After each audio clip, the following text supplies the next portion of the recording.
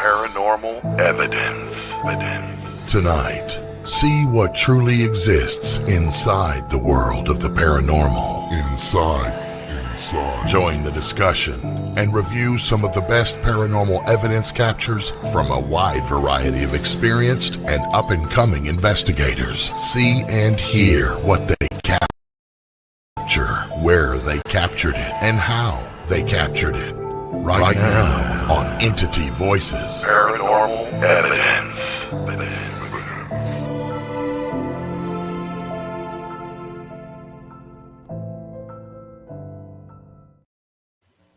Hello, everybody, and welcome back to Entity Voices Paranormal Evidence. We are all us. Minus one. Miss Lourdes had to work late tonight, so unfortunately she won't be able to join us. That dang work thing, I tell you. I know, we were just talking about it. Kicks them away all the time. Yep. Destroys my free time. So Not playtime. not playtime. So before we get started, I just want to say it is Thanksgiving week. It is? It is. And guys, we won't be here live on Monday, but we will be back the following Monday because of the Thanksgiving weekend. We're traveling, so we won't have time to put a show together. Tony and Cherie won't have time to put the show together. Get well soon, Roger. Well, how do you have to feel, Roger, to just lay there and watch? I know, right? Suck it up, Roger. Suck it up. We're not asking you to run laps, fucker. It'll make it feel worse. I'd go to bed, Roger. I'd go Roger. Feel better. the host, and she'd say, "Fuck it." To be fair, he's put more hours into this show than we have, so it's. He'd feel better if he wasn't here 48 hours before it started. There's Hey, Raul. Beth, hello. Miss Mary Beth. Raul, Mary Beth. But I just wanted to say, The one of Cocos. the What are the things- odds? there's the Cocos. I wonder who those people are. Just wanted to say before the show starts and before, so I don't forget at the end of the show, one thing the six of us will have to be thankful for is all of you that tune in and all of our guests that jump on every week. So I wanted to make sure I said that and made it clear before we get rolling. Good idea. Nicely put, baby. Yeah. So what do you got planned for Thanksgiving? We're skipping it entirely. We invited all of the kids to come, and Cherie said, just do us a favor. We'll make it kind of a potluck so it's easier. Just bring a dish of something, whatever. And I think the response to bring was, My eldest son. well, I said, what are you going to bring? I'll bring myself, Mama. I'm like, my empty stomach. That's what he said. I'll bring salt, pepper, and sugar. I'm like, okay. so we went, we're going camping. Yeah. Nice. What to do? Yeah, we're going to enjoy it. We need it. Good. It will be nice. Yeah. Weather's beautiful. Yeah. Can't beat it. It's plus we're gonna go mine some what? What are we mining? Yo, business. I don't ever do that. I don't ever do that. Obsidian. Mind your own. Obsidian. Apache Tears. We're going to the old Apache Tear mine. Oh, neat. Oh, wow. Gonna grab some stuff that I can throw on the I know, right, Gio? that's a young person answer. But he's 32 years old. He's no young anymore. Compared to us? Yeah, I could be 32 again. Yeah. Yeah. I won't be, but I'd be nice. I wouldn't want to redo it. Yeah. Yeah. Would not. There are a few parts I wouldn't mind getting a second shot at, but for the most part, no. Clean, Tony. Keep the show clean. Keep it clean. What about you, Ronald? What are you and Lourdes doing for Thanksgiving? We're going to probably have a nice little dinner with my father. Him and nice. his girlfriend always do different stuff because she has one of her sons that still lives here. The other one's actually out in Arizona. He's still here? My father, no, he's back, but his girlfriend, one of her sons moved back to Arizona and got married, which is why he'd gone out there.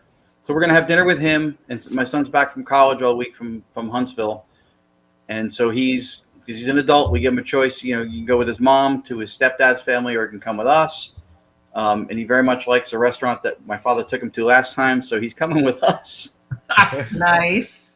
So that'll be us two, and my son and my father, which is something I want to have every holiday I can with while I can do it.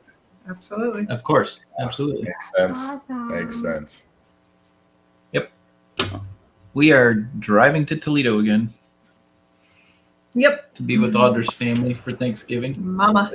10 hours, you said?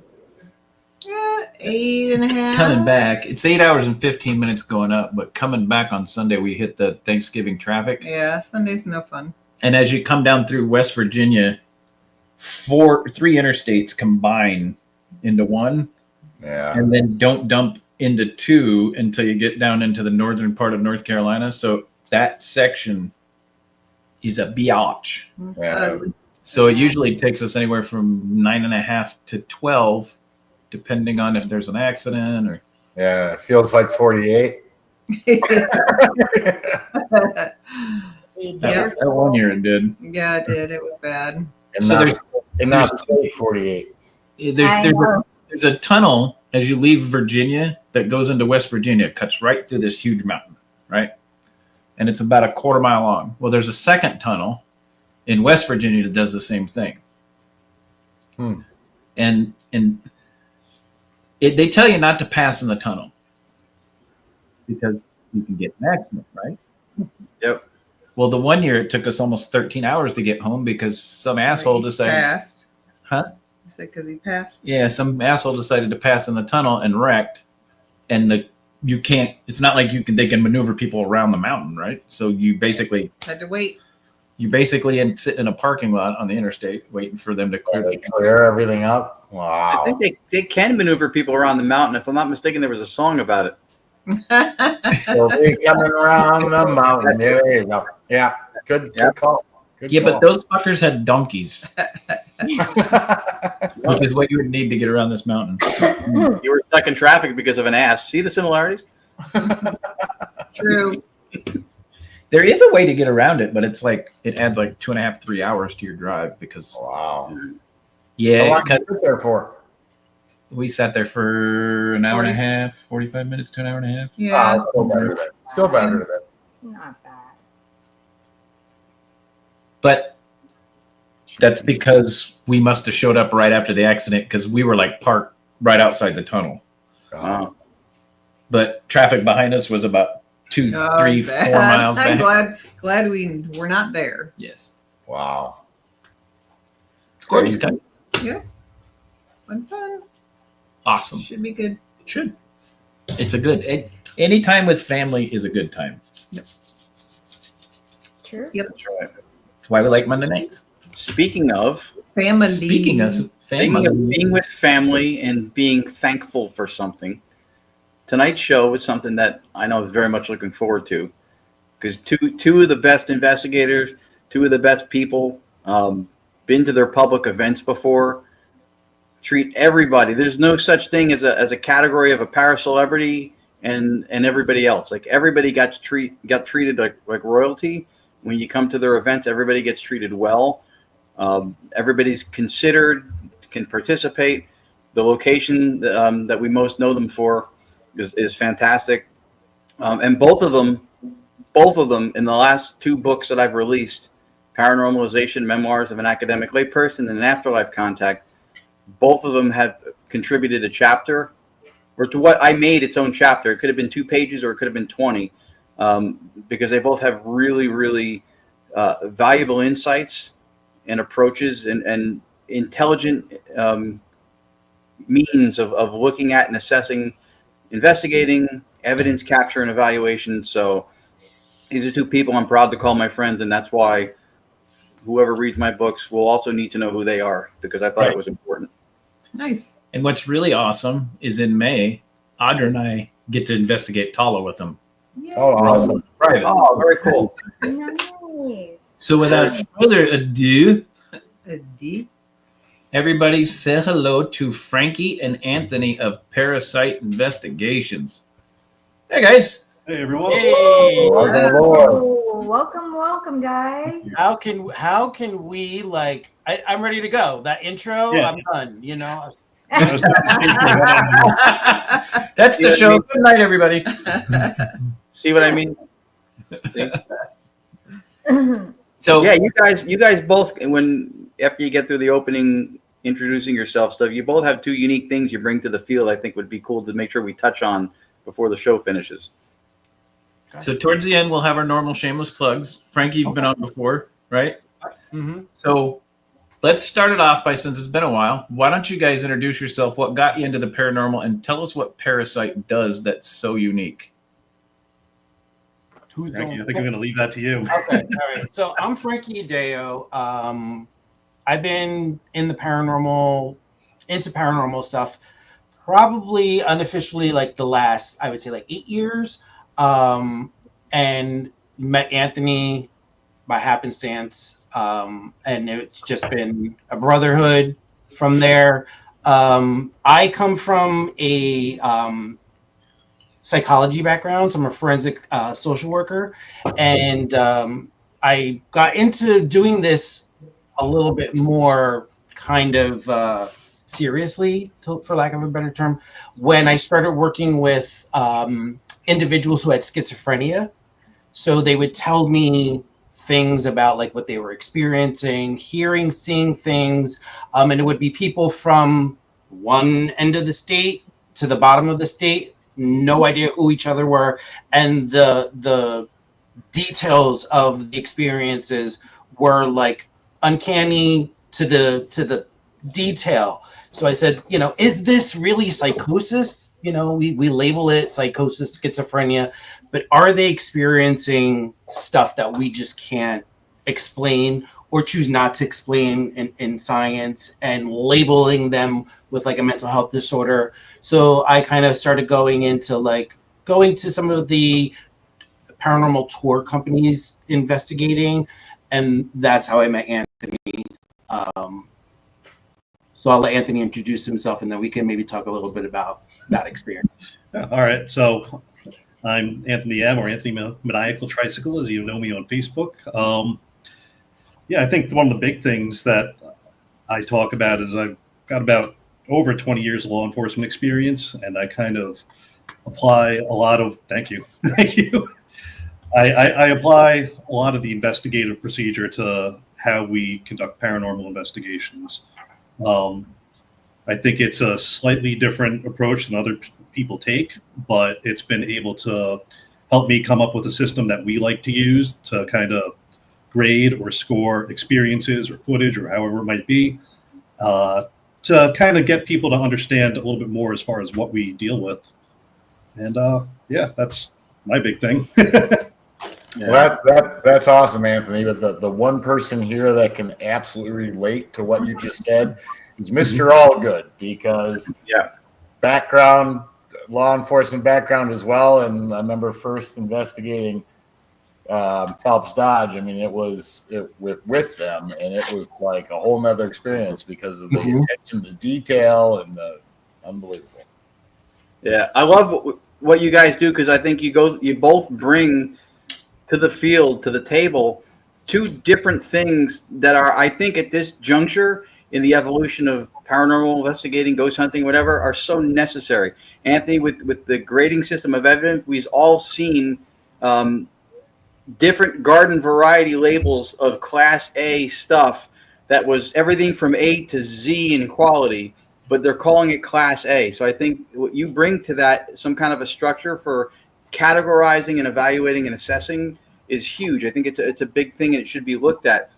And Frankie, same with what you're doing, because one of the things that we build on a foundation now with analytic idealism, with reality being fundamentally mental, the model that nature shows us is dissociative identity disorder, which, much like what you're talking about, maybe 50 years or so ago, before brain imaging and stuff was at the point it's at now, they didn't even know to take it seriously, but now they know there's something that it looks like. Right. But prior to that, not. So I think the stuff that you're entertaining and fusing into the paranormal also because of the mentation part of what we experience and everything. I think is also very important. So you guys, that was why I really wanted to put a spotlight on both of you in each of the books, because I think it's new and it's innovative, and God, we need it. Thank you for that. Thank you for the opportunity. Yeah, absolutely. Right And I remember when Anthony and I first met, Anthony was doing some of this stuff a lot longer than I have. And I just wanted to do everything. Like I wanted to build my own shit. I wanted to investigate. Everything got like washed, washed. So I just kind of said, I'm going to stick to my lane and what I do best. And that's mental behavioral health, forensic therapy. I do trauma-based work, so I actually do bring a lot of the clinical modalities that I would work with somebody in the living, in trauma-based work. I do that with spirit now, so it's a lot of the times we're asking them to kind of go there in there, tell us what your trauma is, and then we poke at it, we exploit it, then we walk away and we leave them with this open wound. So like what I try to do now is do, when I'm doing a therapy session with somebody and I'm talking about trauma, at the end of the hour, I just can't say, okay, peace out, bye. I have to close it out. I have to make sure that person is leaving the session with not all this open stuff that can manifest even worse than it was before. So we've been pulling in from what me and Anthony do, like for our day jobs, into the field, and it just seems to be like our lane. And he's not going to brag about himself, but I am. Anthony is phenomenal when it comes to like technology, building, electronics, everything. I mean, I'm glad that I did experience that, because I'm the type of person like I want to know the behind how it works. So Anthony kind of like, it was a good experience because now I can understand what he's talking about. Like when he's talking about building quality electronics and devices and equipment that is reputable, not mass marketed. Love the fact that I have a partner that can create devices and equipment for us tailored to what we do. So that's super unique. So yeah, it's just bringing what we do to the field, instead of recreating something new. Right. It's phenomenal.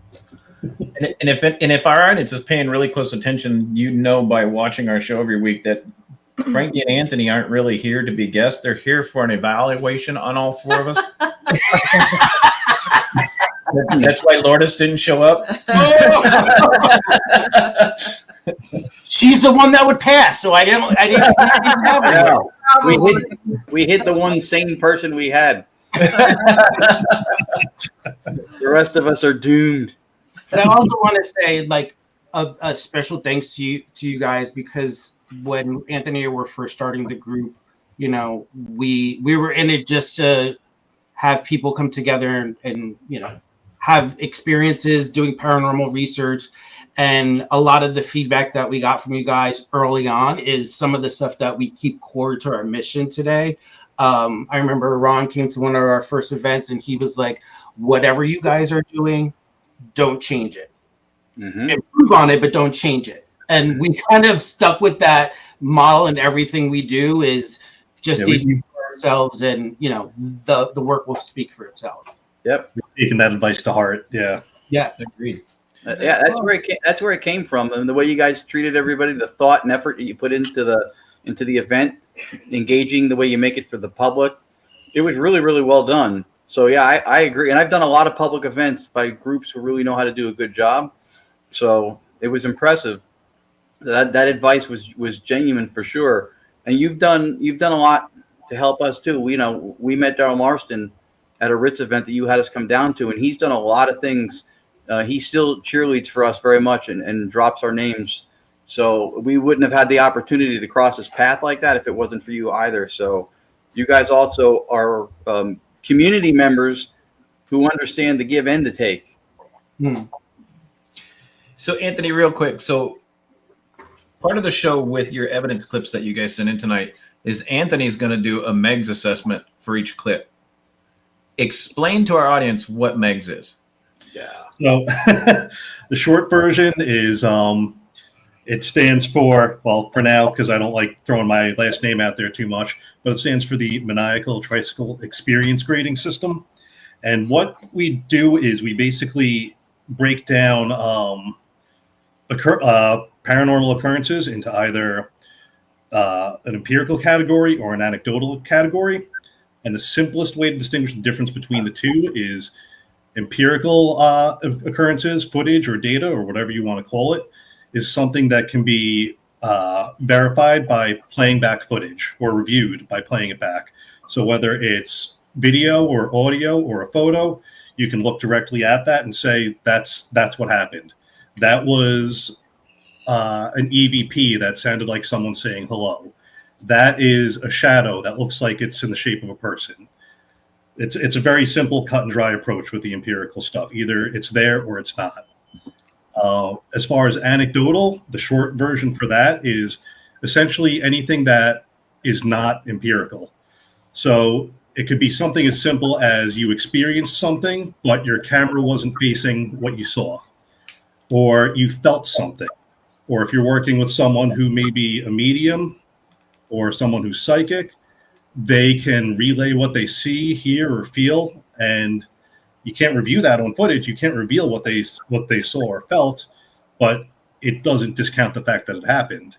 Much like a lot of the experiential things that you can't review in terms of footage, you can't deny that those things happen, because I think that's a huge part of the paranormal experience. Yeah. No, that's important. I think everything we know in life, everything we know through experience, even if it's quantifiable, right? You know, heavy because of the experience of what it feels like. Everything is through experience. So I think that's very important. Right. And I feel like that's like a major thing that's missing from reviewing footage, or maybe like if you like to watch shows or anything like that. They're all chasing a lot of the empirical footage or data or whatever you want to call it. But there isn't a lot of emphasis put on the anecdotal stuff, which is, like I said, like I feel like that's a huge part of the experience that no one gets to talk about. Yeah, because nobody's going to get famous for saying that somebody tugged their hair that was Right. disembodied. That's why. So everybody's focusing on the flag they can wave, the land that they can discover and plant it in. Right. That's a great separation based on, like you said, whether it's empirical where you can actually watch it, have other people watch it and say, oh yeah, okay, I saw it, versus anecdotal where you can't. Have you found any anecdotal placed experiences though that you were able to switch out of anecdotal because of some other capture, third piece of evidence, or other equipment that took it from being just plain anecdotal into empirical?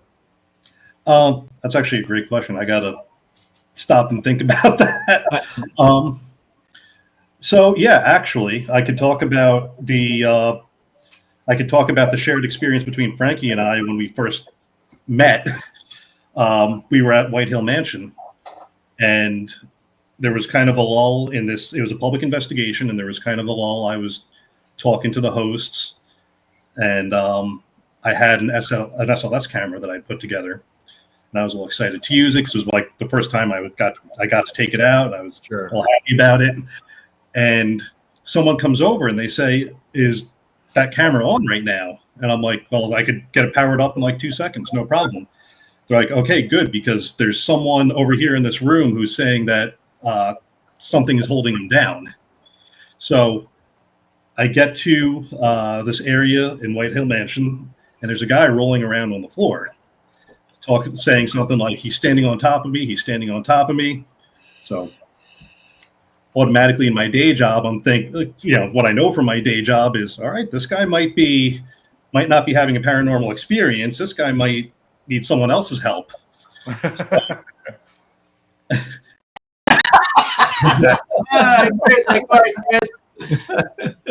So I point the camera at him, and I don't see anything. And I'm like, I don't know. We'll see. Let me continue to entertain this.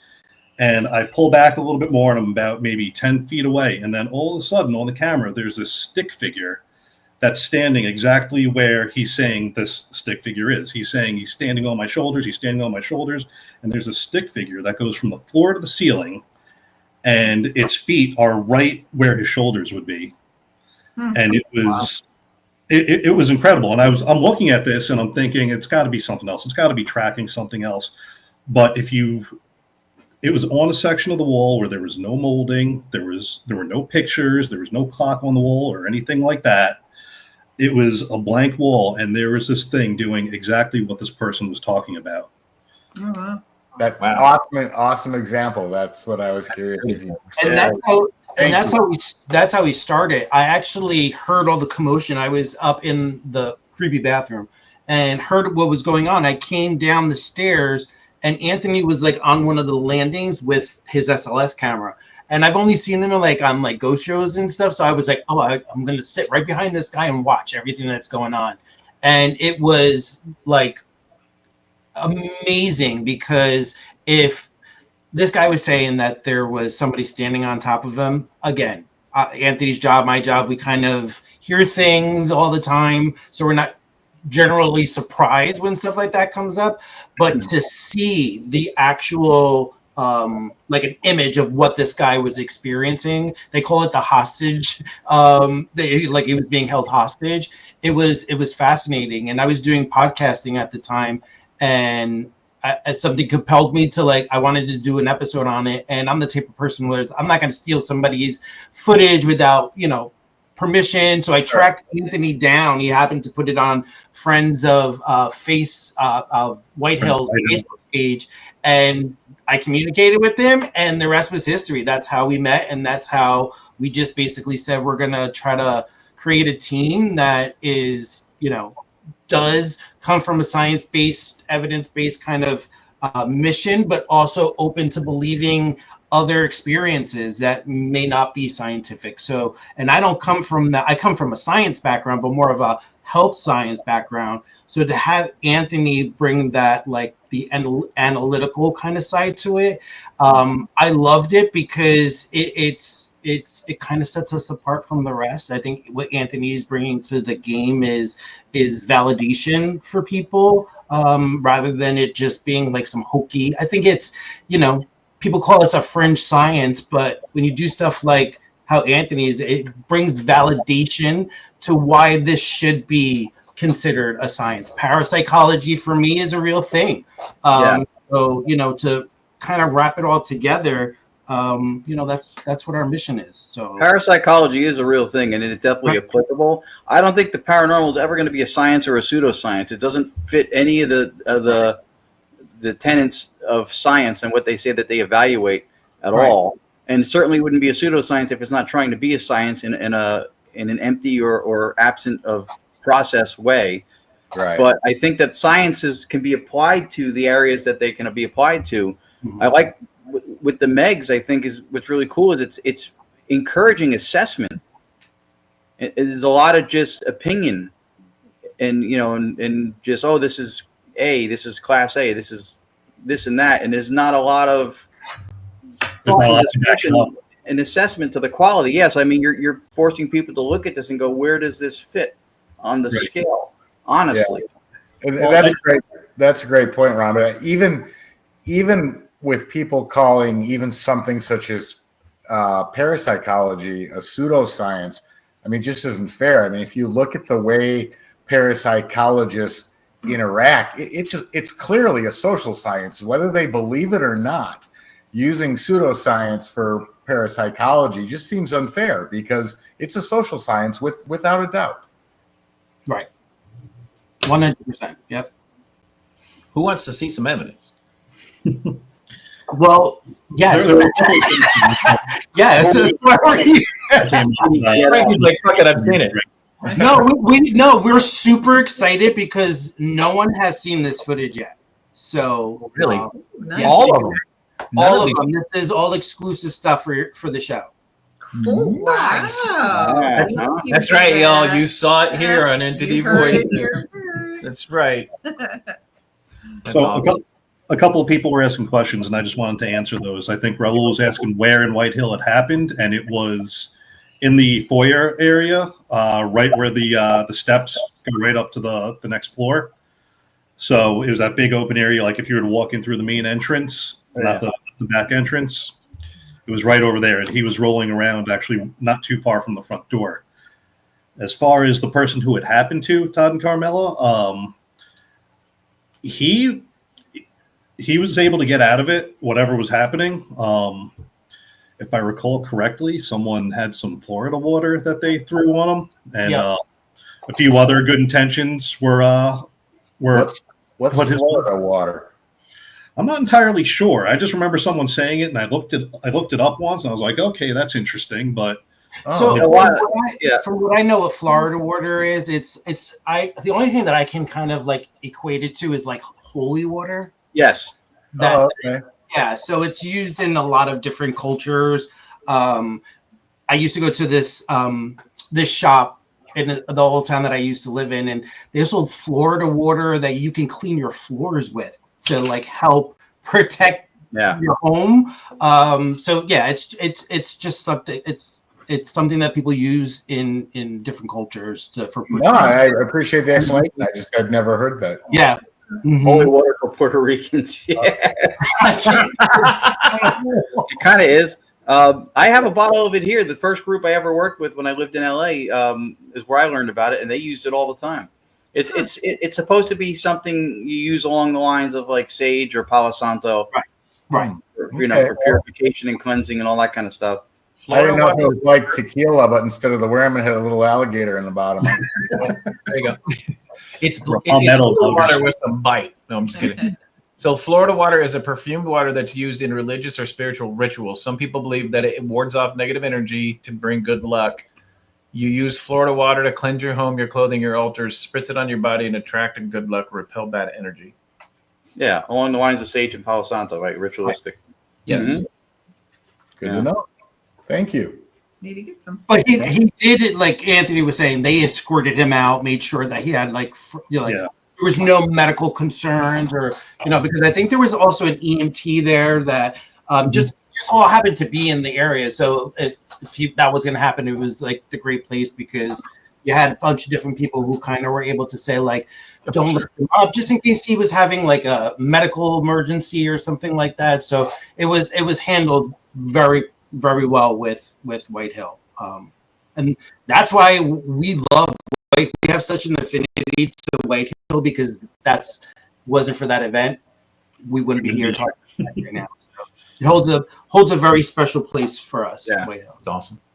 It's a cool place. All right, so your first clip. Final They're Here clip. So let's take a look. Here we go.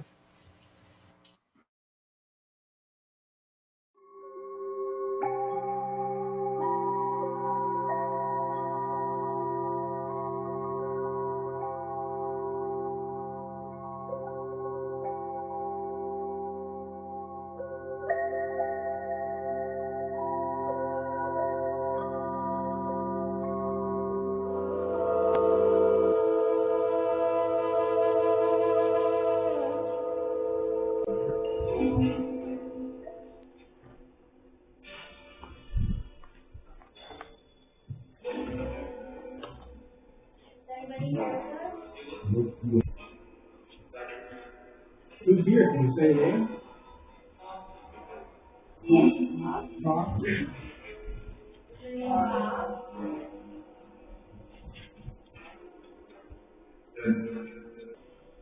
Can you tell us the name of the gentleman that runs the theater?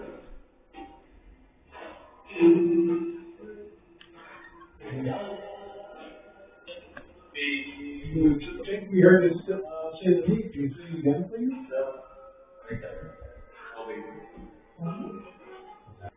Someone need help?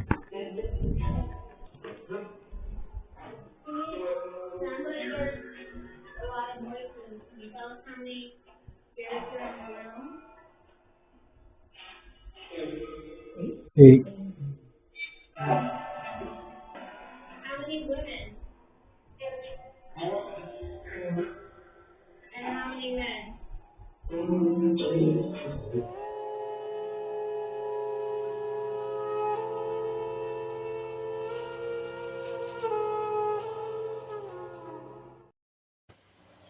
Nice presentation. Yes, very much so. Nice presentation. That's wild.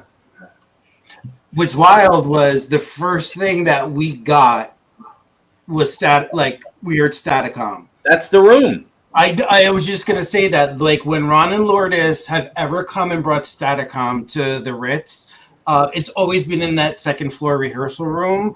It's like Staticom's home. I always joke around, like, you know, if Ron and Lourdes aren't there, like, what's gonna happen? You know what I mean? Like, but they felt like that's a way of communicating clearly with us. So, but I mean, I have a very full disclosure. I always tell people I'm like the worst when it comes to like hearing and seeing things. That's why I like review footage. It takes me forever. But besides, like, I always tell Ron and Lourdes, Staticom is the only way that I can communicate properly with spirit. I've used Ron and Lourdes in some work that I do. Like, it's called PDR, so it's a version of EMDR, which is a bilateral stimulated modality to treat trauma. And I wouldn't be able to do it or have done it or practiced it without Staticom, because I need to be able to hear responses. And that night, of course, I'm gonna brag about him again. The spirit box or radio that we're using was built by Anthony. The portal was built by Anthony, and it was crystal clear, where we can definitively, we like heard it so crystal clear. So it made like the review, and the names that we got were all valid. Bruce that came through, he's the gentleman that runs the theater, keeps the theater going. And then we were able to get some names from it that we can now do some research on, that maybe we didn't catch before, like Doug. Doug came up, didn't know who Doug was. I looked through the historical record application, and Doug is the gentleman that actually completed the application. So now it's like, who is this Doug guy? So reaching out to the theater and finding out some information about who this person is. Yeah. That's cool. Very cool. Mm-hmm. Yeah, it was very clear. Anthony does build great stuff, and that was proof of it right there. That was awesome. Thank you. And I'm gonna brag again. The person that you hear speaking, the female, is actually Anthony's wife. Which anytime Shayna comes to anything we do, we tend to get a really great response from spirit. They feel very comfortable communicating with her. So yes, it was just such a wild event that night. I mean, Anthony could tell you, we almost had to say, like, okay, it's enough, we got to go, because we're going to be here forever if we don't put a pin on this thing right now. So Yeah, cameo by Raul too in the right. Exactly. Yeah, I was going to say the most paranormal part about that clip was Raul. That's amazing. Nice clip. Very nice clip. So, yeah, I guess if we're gonna do like a quick little MEGS review, because there you go, to show you how prepared or unprepared I am, I was actually taking the notes as the clip was playing. But so the majority of these clips, as far as I can remember, most of what's happening is empirical.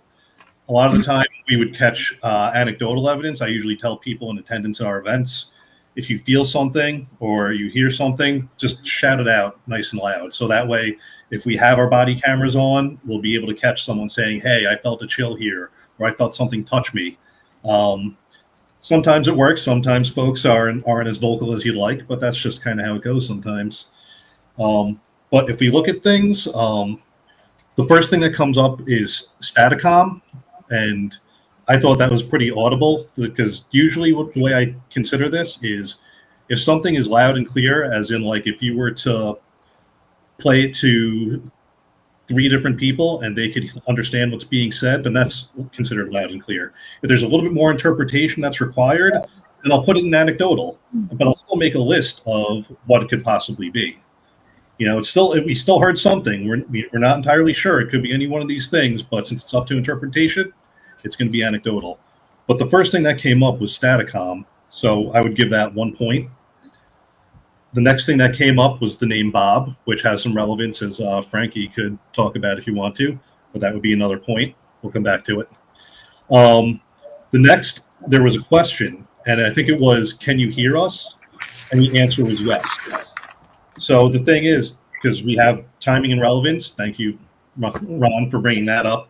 But because the question gives the answer context with the timing and relevance, it would actually get 1 point for the question and 1 point for the answer.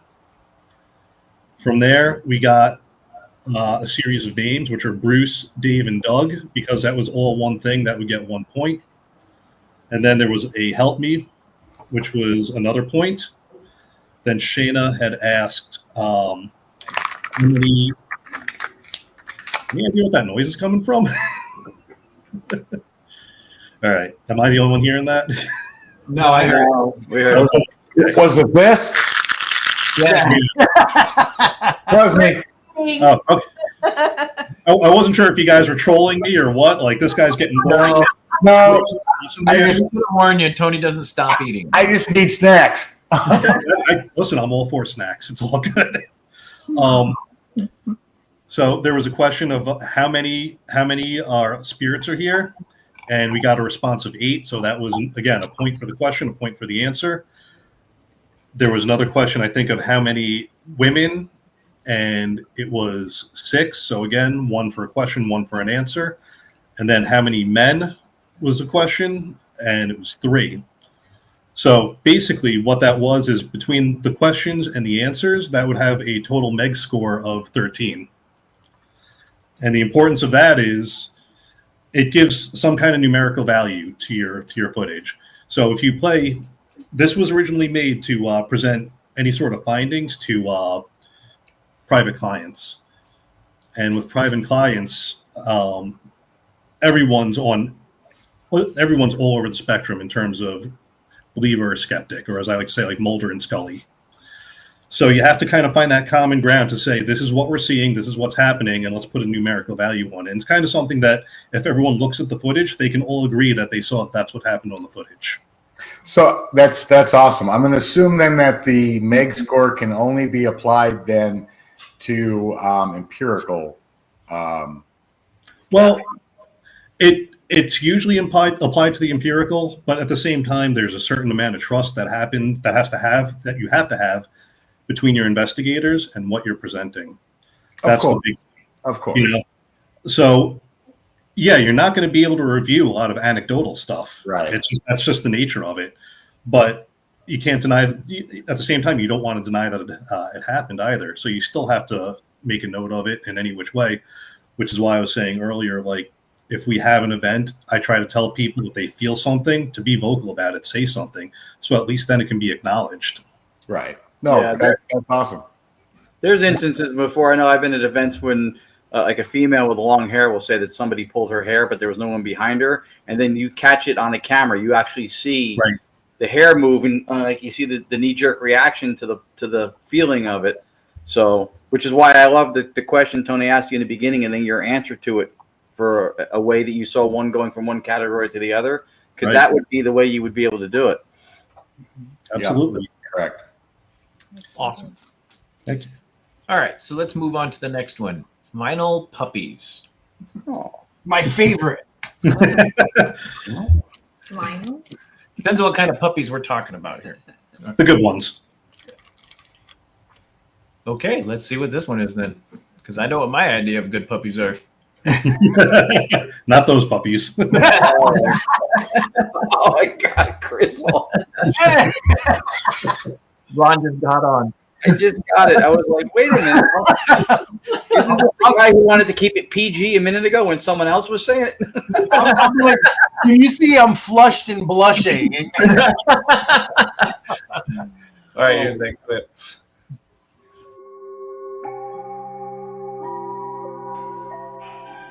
So Anthony and Shayna have 2 cute dogs. Can you tell us one of their names?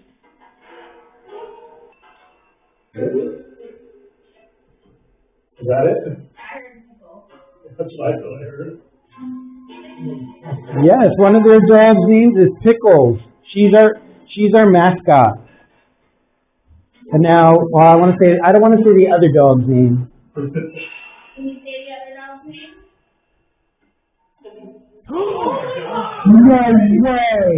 No way! Pudding. Thank you very much. That was awesome. That was clear too.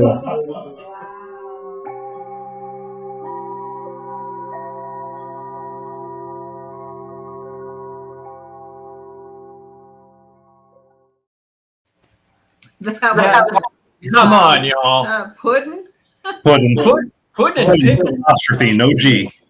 But I mean, just the fact that they got it right. Yeah. Yeah. Not only once, but twice. Right. Yeah. I mean, the odds, the statistics of that happen. Come on, pickles and pudding. Yep. You could have showed me those dogs, and I never would have guessed that. Well, that's why I didn't want. At first, I was like, something caught me because I was gonna say Puddin's name, but then I was like, I'm not gonna even say the name. So when she asked it, and that was immediate, and it came through so clear that, and some of people in the room didn't know Anthony and Shayna's dog's name. So me, Anthony, and Shayna would like start bugging out because we're like, Puddin. It didn't even say pudding or like it was pudding. Like it was right on. It was. We were floored. Well, this also brings up the debate that we've had before: is are they getting the information from our thoughts, or are they from the energy that we're putting out from our thoughts, or are they getting the energy from the knowledge that they have, knowing that that's what the dogs' names are? That's the best part. Is it opens up a door of possibilities to go 80 different directions to try and figure out how they're communicating with us. Yeah. And I have to say this, we've been at the Ritz doing the residency there for 3 years. And I mean, Anthony could give his opinion. It was probably the most active night that we have been there thus far. Yeah, that was intense. Like I said before, it was nonstop all night, guys, that we were just like, it's so overwhelming. But we also attribute it to, we do investigations there most of the times when the theater is dark. So meaning that there's no performances because it is a live theater. We've been experimenting with a theory that Anthony and I have that the theater after a live show will generate more activity, energy for the and it was just how happened to be the day after of Halloween. So it was All Saints Day, the Day of the Dead.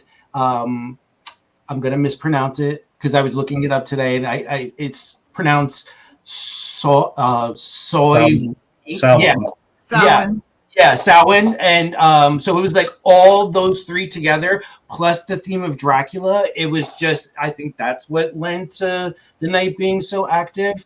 But that by far, like when I was going through the footage, I kept getting chills every time I was doing the editing stuff because I'm like, how can you deny? How can you deny that that's going on? You know. Well, and then on top of all of that, on top of all the mother of all bombs, trigger objects, then you had everybody in the room that were seasoned paranormal investigators with good intent. On top of that, you had the perfect storm. Right. It's all about the energy. Yeah. Oh, that was cool. And about pudding and pickles. That's right. We can't forget pudding and pickles. Both categorically snacks.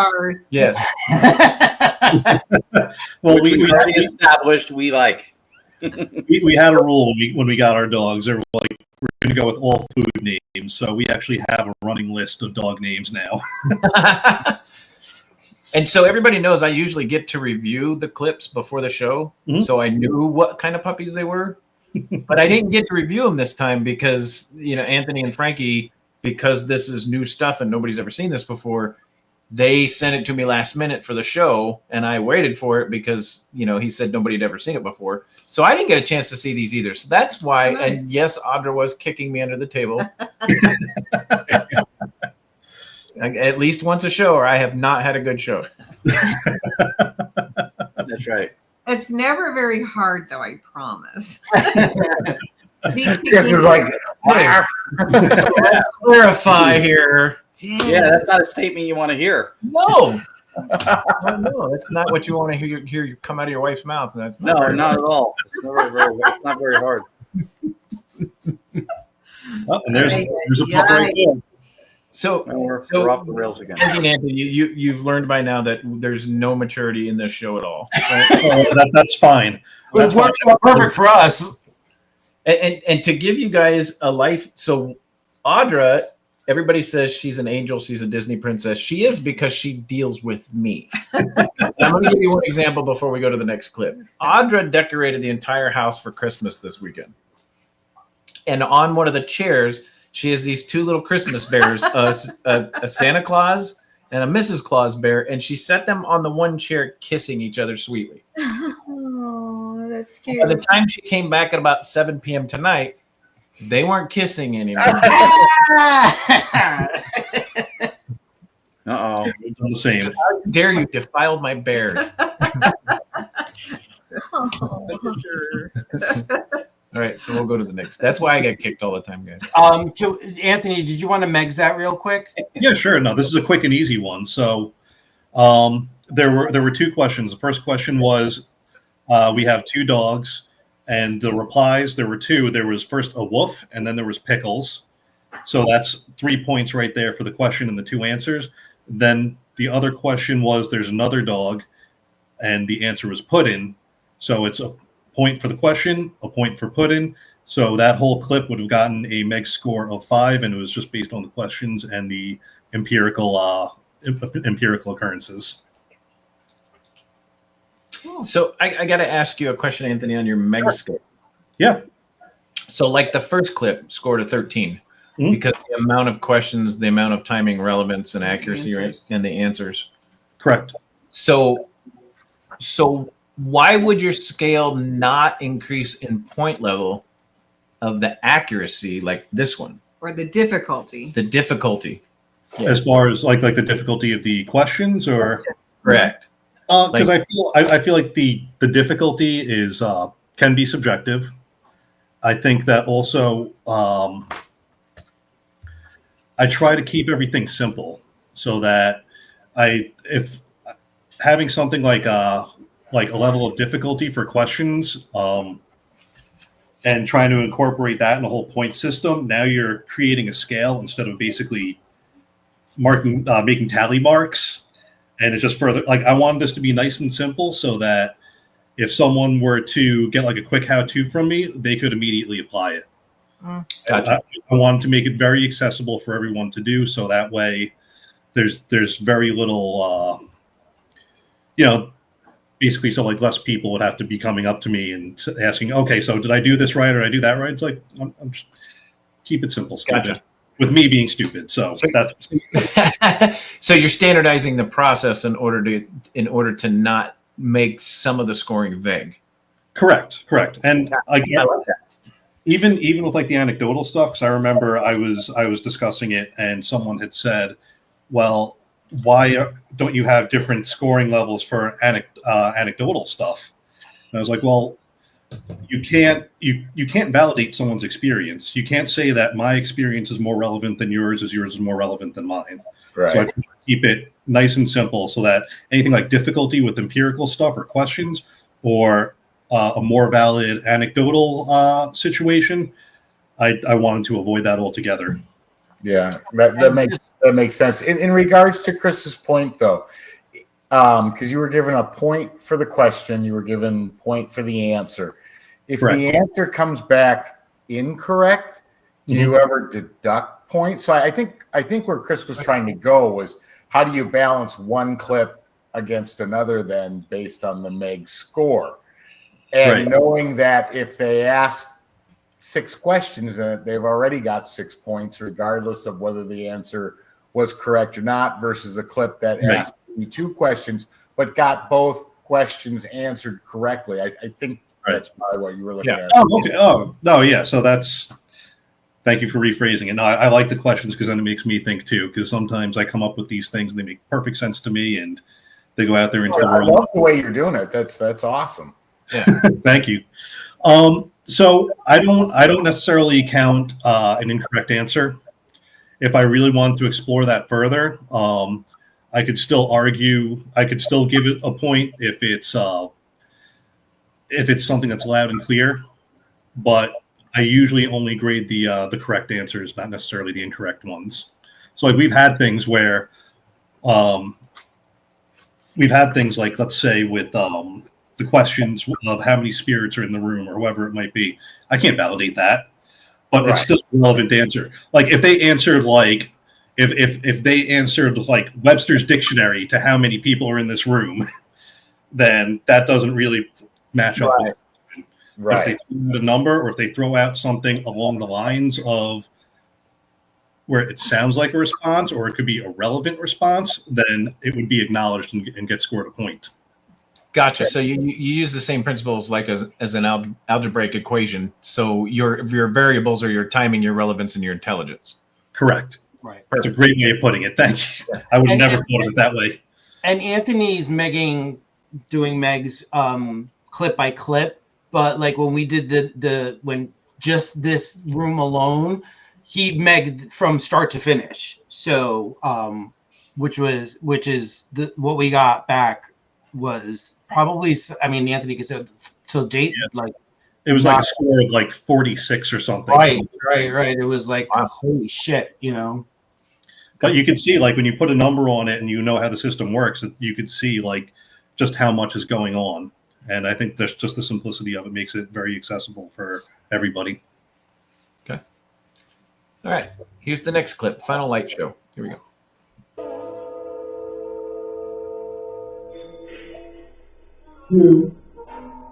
Whoa. Thank you. Whoa. Can you turn it off, please? Can you turn it all the way off? Okay. Oh.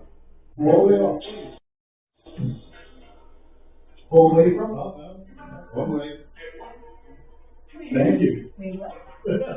I heard that too. He's like, wait, Yeah. what? Look. Like playing with the lights, huh? Thank you. Can you turn off the red one, please? Can you turn it all the way off? Is your red one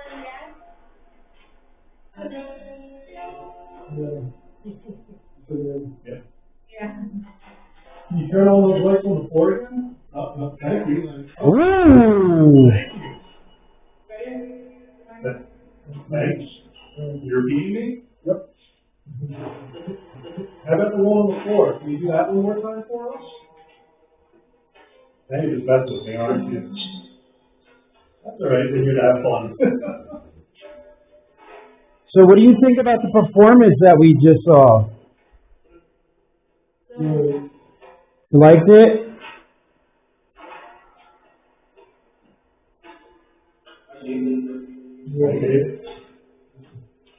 And the cat ball. Wow, it's super active in here tonight. Oh. This is insane. We're just getting a whole light show.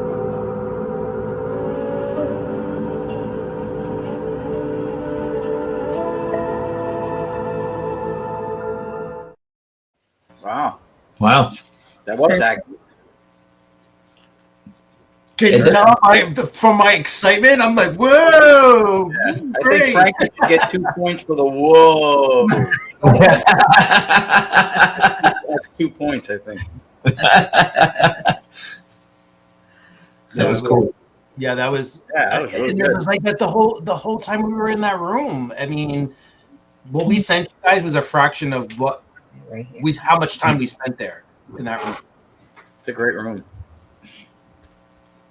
Well, and this is why when you go to like a private like Tala, when you start getting, I mean, the last investigation we were there, we got there at like 7:30 and left at 4:30 in the morning, and we only hit about a quarter of the hospital, right? Because we were getting so much activity in the areas that we were in, we were chasing it and never got to 4 other floors. Mm-hmm. Yeah, I when we were there, when I was there with Todd and Carmela, we were like, yeah, we're not going to probably stay till like 3:30, 4 o'clock in the morning. But we had, the time went by so fast because it was so massive and we were getting so much stuff that it like this night, it was like hard to leave because we didn't want to like miss something because they were so anxious to communicate with us that night. So.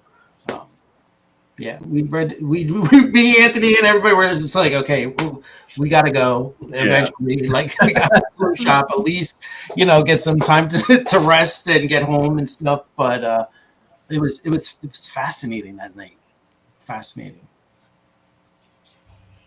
Did you want to score that one too, Anthony, or did you just want to show us an example of how you score them? I'll score it. Yeah, I actually did it right here. I actually counted the lights going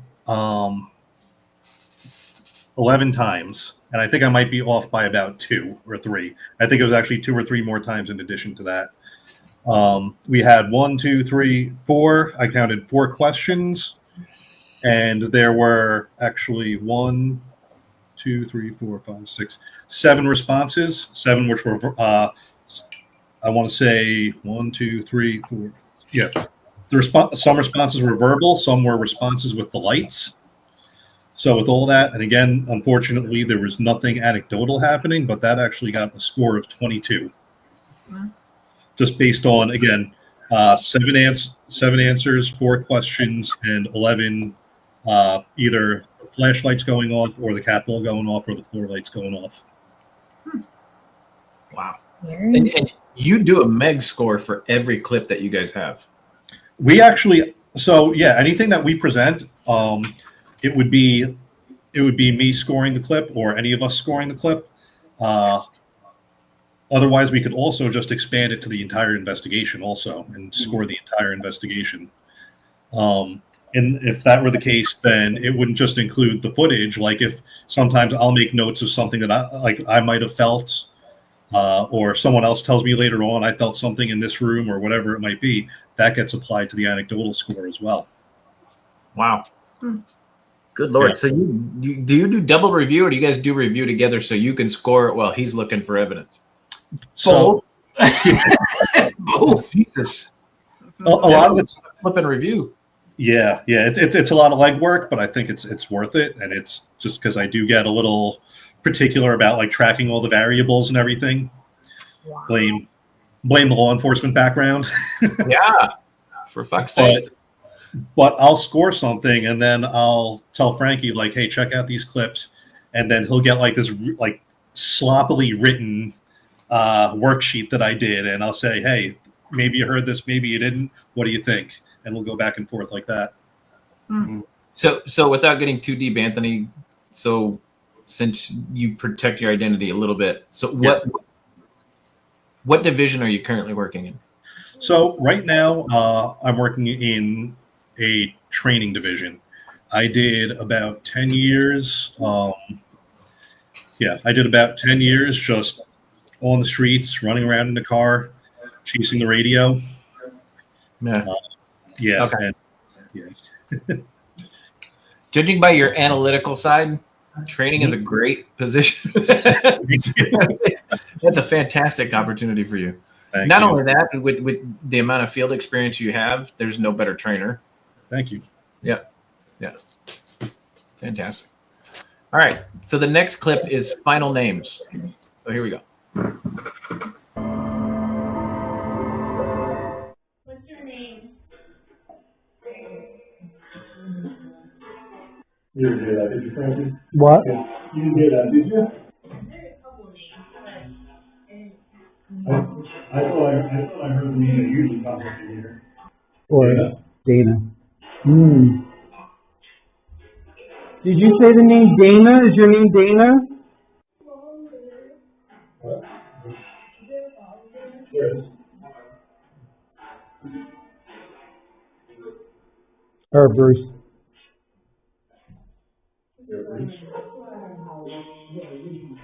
What did you hear? Howard. Jury's out if it's Harold or Howard. Oh, okay. Well, let's turn on. So if it's your name is actually Harold and we've been saying your name this whole time correctly, can you either light up one of the lights or turn the flashlights off? Harold. Do you know Harold or BT referring to you? Maybe you know Harold. Okay. Thank you for that. Maybe we've just been calling you the wrong name.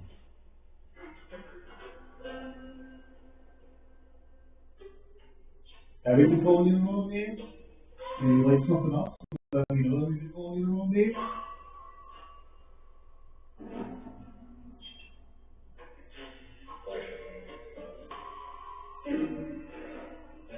Shy.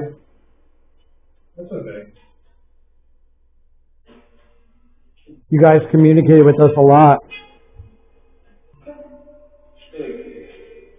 So we have some other friends that are walking around the theater. Can you maybe let them know you're there, or do you see them? Oh, jerks.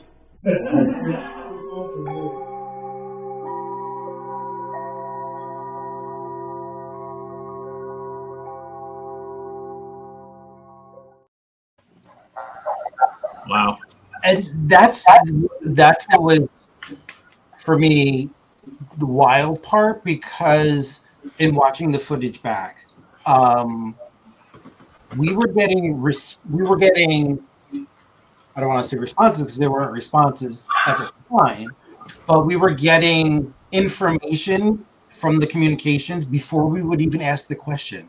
Like, it said stage, and I was asking Spirit to communicate with other investigators that were in the building, and at that time they were in the main theater, which is where the stage was. And to go back to what Anthony was saying from the first clip, the name Bob that came through, we were like, Bob is not a name that there's no one at the theater that kind of like works there.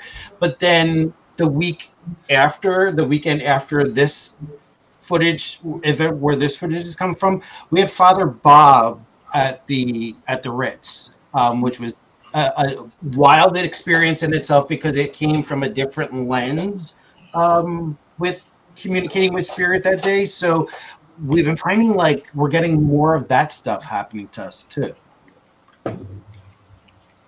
Wow. So, Anthony, I want to say something real quick. I want to clarify my last statement. Mm-hmm. Guys, when Anthony described what division he was in, and I said that's perfect for him, I want you guys to understand that I meant that as the highest compliment. and the reason what? I'm sorry? I didn't think you were insulting me. Okay. No, I just want to make sure our audience knows too. The reason I say that is because chasing the radio patrol is the most dangerous job in law enforcement, right? Yeah. It is the most absolute dangerous job in law enforcement. And the person that is training future officers or guys that are going to be out there doing what he did for the amount of years that he did it, there is no better person to be analytical and let them know what they have to face than the man that's done it himself. So I meant that as the ultimate compliment. I just want to make sure our audience understands that. Okay. Thank you again. Yeah. And now that we're clarifying things, when you said puppies before,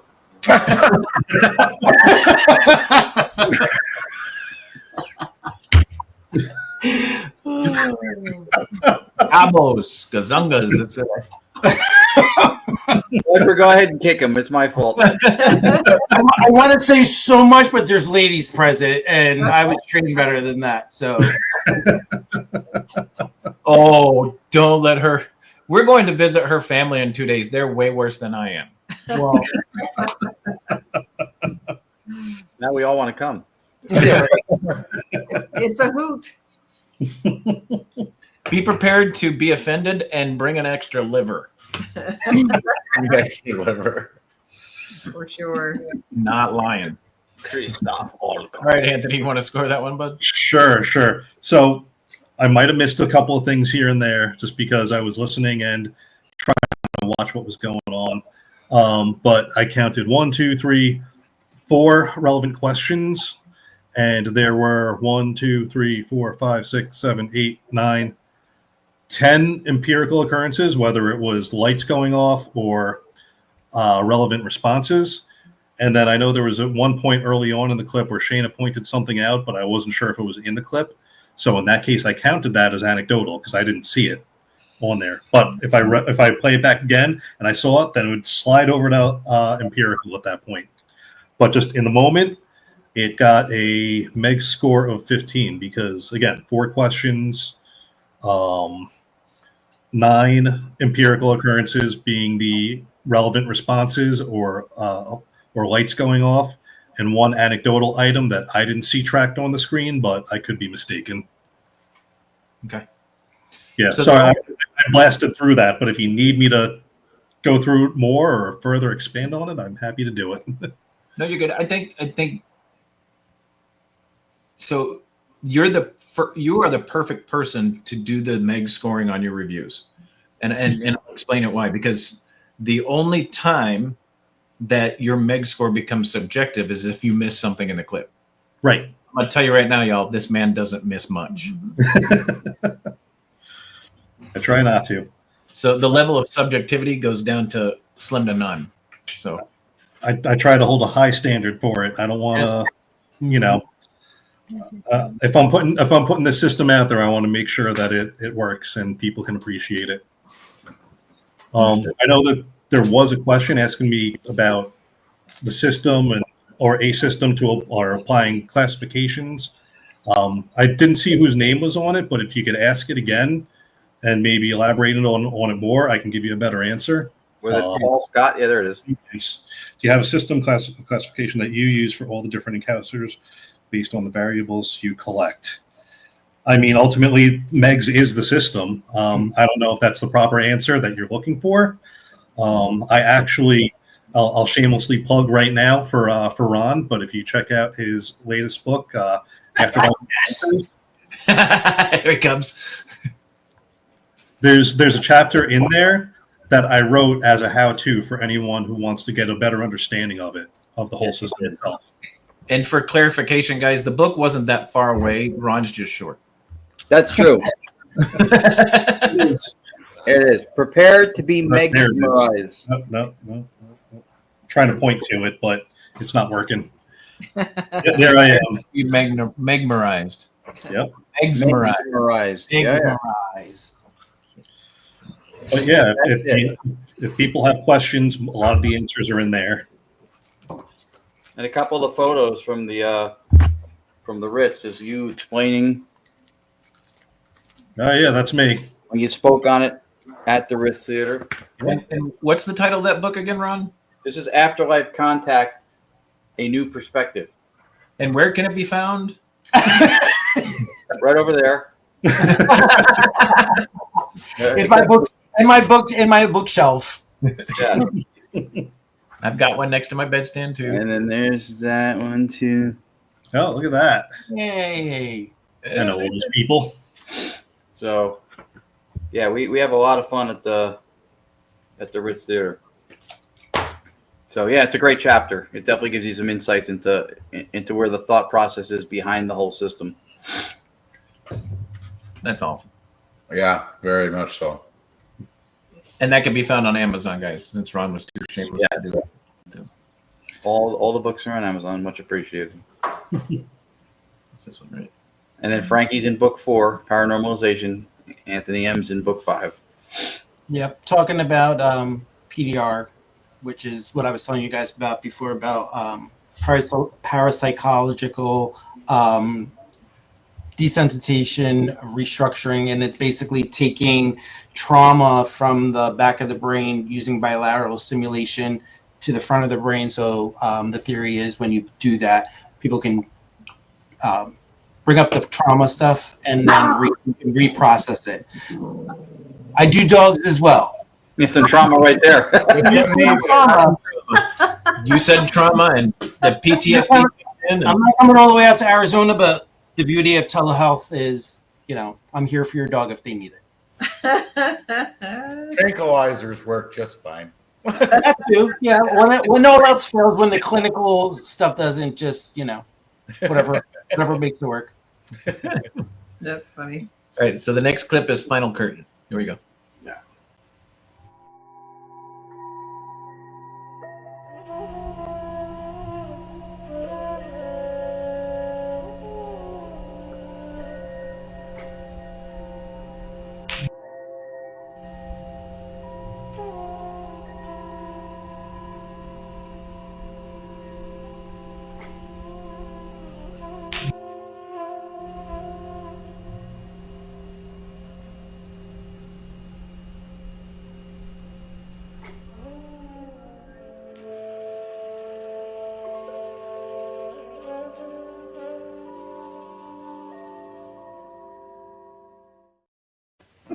Awesome captures, but that's just a cool theater.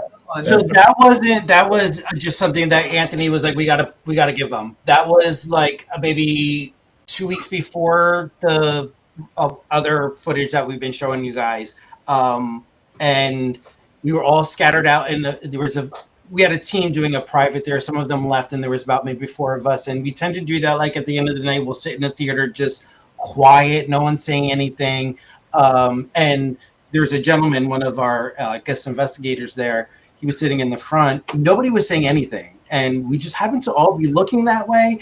And you hear him snap his fingers because he was like, "I see it." And I got up, tried to debunk it, went behind it. Where that curtain is, if you pulled that back, it's just a wall behind it. So there's nothing that, like, at first I was like, was it a rodent or something like that? We're in a theater, but it was so high. It was too high. It almost looked like someone pulled the curtain back and let it go. Yeah. So let me point a fact about performance curtains that a lot of people don't know. Okay. They are weighted curtains, and they're weighted specifically to distribute the weight evenly across the whole curtain. And the reason they do that is it's all about presentation, right? So the only way you're going to get that curtain to stay pretty the whole time is if the weight is evenly distributed on that weighted curtain, right? So if a breeze coming in back behind that wall would have caused that, more than just that portion of the curtain would have moved because the weight distribution is evenly distributed across that curtain. That's a great point, Chris. That's a great point. So you notice none of the other folds moved. The bottom of the curtain didn't move. The top of the curtain didn't move. The only portion of the curtain that moved was that one piece that looked like somebody took their hand and peeked out. Yeah. And we constantly, that's a challenge at the Ritz because since it is a working theater, the sets change. Everything in the theater changes. So we kind of don't know what we're going to get when we walk in. So like when things like that happen, Anthony and I will really make a conscious effort to see what we can do to, debunk things, if you want to use that term, to try to figure it out if it's really going on.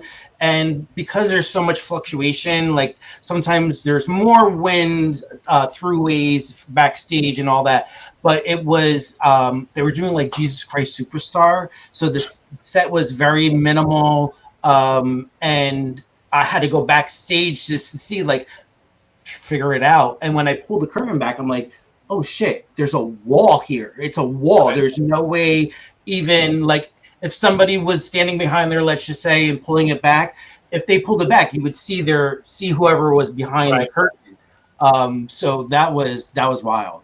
Well, and there's a very distinctive feature about these curtains because they're evenly distributed. They have to stay in a certain design, so it gives that presentation. It looks good. You can see it when you ever seen a play or a show, or when they draw back the curtains, and the drawback is about 3/4 of the way up, right? And you get that constant drip in the middle, but the bottom stays perfectly straight. Mm-hmm. That's because they've got one thing hooked there that pulls it back evenly. And you can see that the weight distribution is perfectly balanced on the entire curtain, because if the weight distribution wasn't, when they pulled it back, the bottom wouldn't pull straight on both sides. Right. So there's no physical way a wind on those performance curtains on a stage can blow back just a certain section. If there's a strong enough wind, it's going to take a pretty good wind to move those curtains. It's going to move most of the curtain. You're going to see it travel down the curtain as the wind comes through. It's not going to be just one little section. Right. And behind stage, it's almost like a U that goes behind the stage. There's no windows. There's nothing like that. We don't really get a lot of draft back there. And if it was, definitely not enough for that occurrence to happen. Well, no, because they have to soundproof the stage, right? Right. Yeah. Mm-hmm. Damn chairs hitting the desk. It's pissing me off. But the reason they do that, they close off the back so there's no sound contamination come from the back, because you get performers backstage and stuff like that. If they had ways for sound to travel, it would ruin the performance. Ruin the show. Yeah. Yep. That was an awesome clip. Mm-hmm. And that's an easy one to score too. So.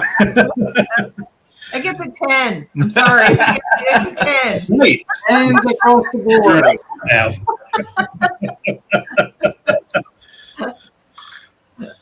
Is that Anthony Seeker's Chronicles Paranormal Historians? It is. That's him. So his ears must have been ringing this weekend because I was telling Todd and Carmela how when Anthony comes, there's two places you will always find him. One up in the blue dressing room waiting for the door to open for hours, or in the theater with his camera solely focused on stage left of the theater. Right.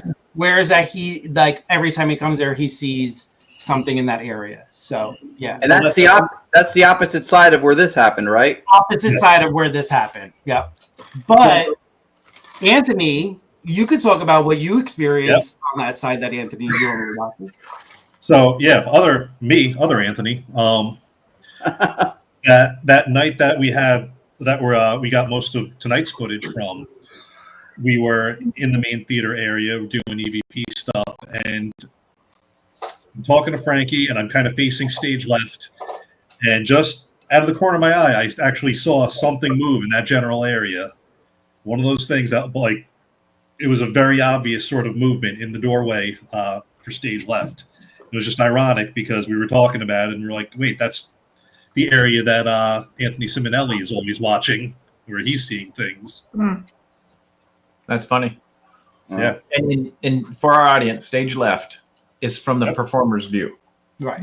So if you're standing on stage looking toward the audience, stage left, stage right. Of course, you're seeing it opposite because of the damn camera. Yes, I would be seeing it looking to the right since I was facing the stage. Right. So anybody facing the stage, if somebody says that the actor's coming in or the performer's coming in at stage left, they're entering from the audience's right. Yes. Yeah. All right, what'd you score that one, Anthony? That got a very all-important singular numero uno.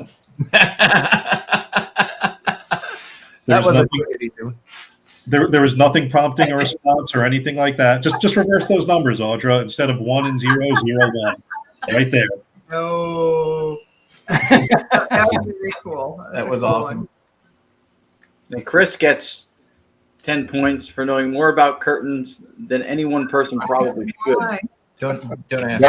That was great that he pointed that out, though. I mean, It's amazing. Who would know But it's that? 100% true because prior to in a former life, I was in theater. So I worked for a New Jersey Performing Arts Center. So everything Chris is saying is how it's known in theater. You know, just hard to explain that to people because if they don't, you know. But thanks, Chris. Oh, no problem. And since Audra had to point it out, I was in a show choir, a tux choir, and I was in drama in high school amongst football, weightlifting, and track. And I was Bill Sykes in Oliver, and I was Frankie Avalon in Grease. Stop. Love it. Wow. Love it. That is Love how I it. Yep.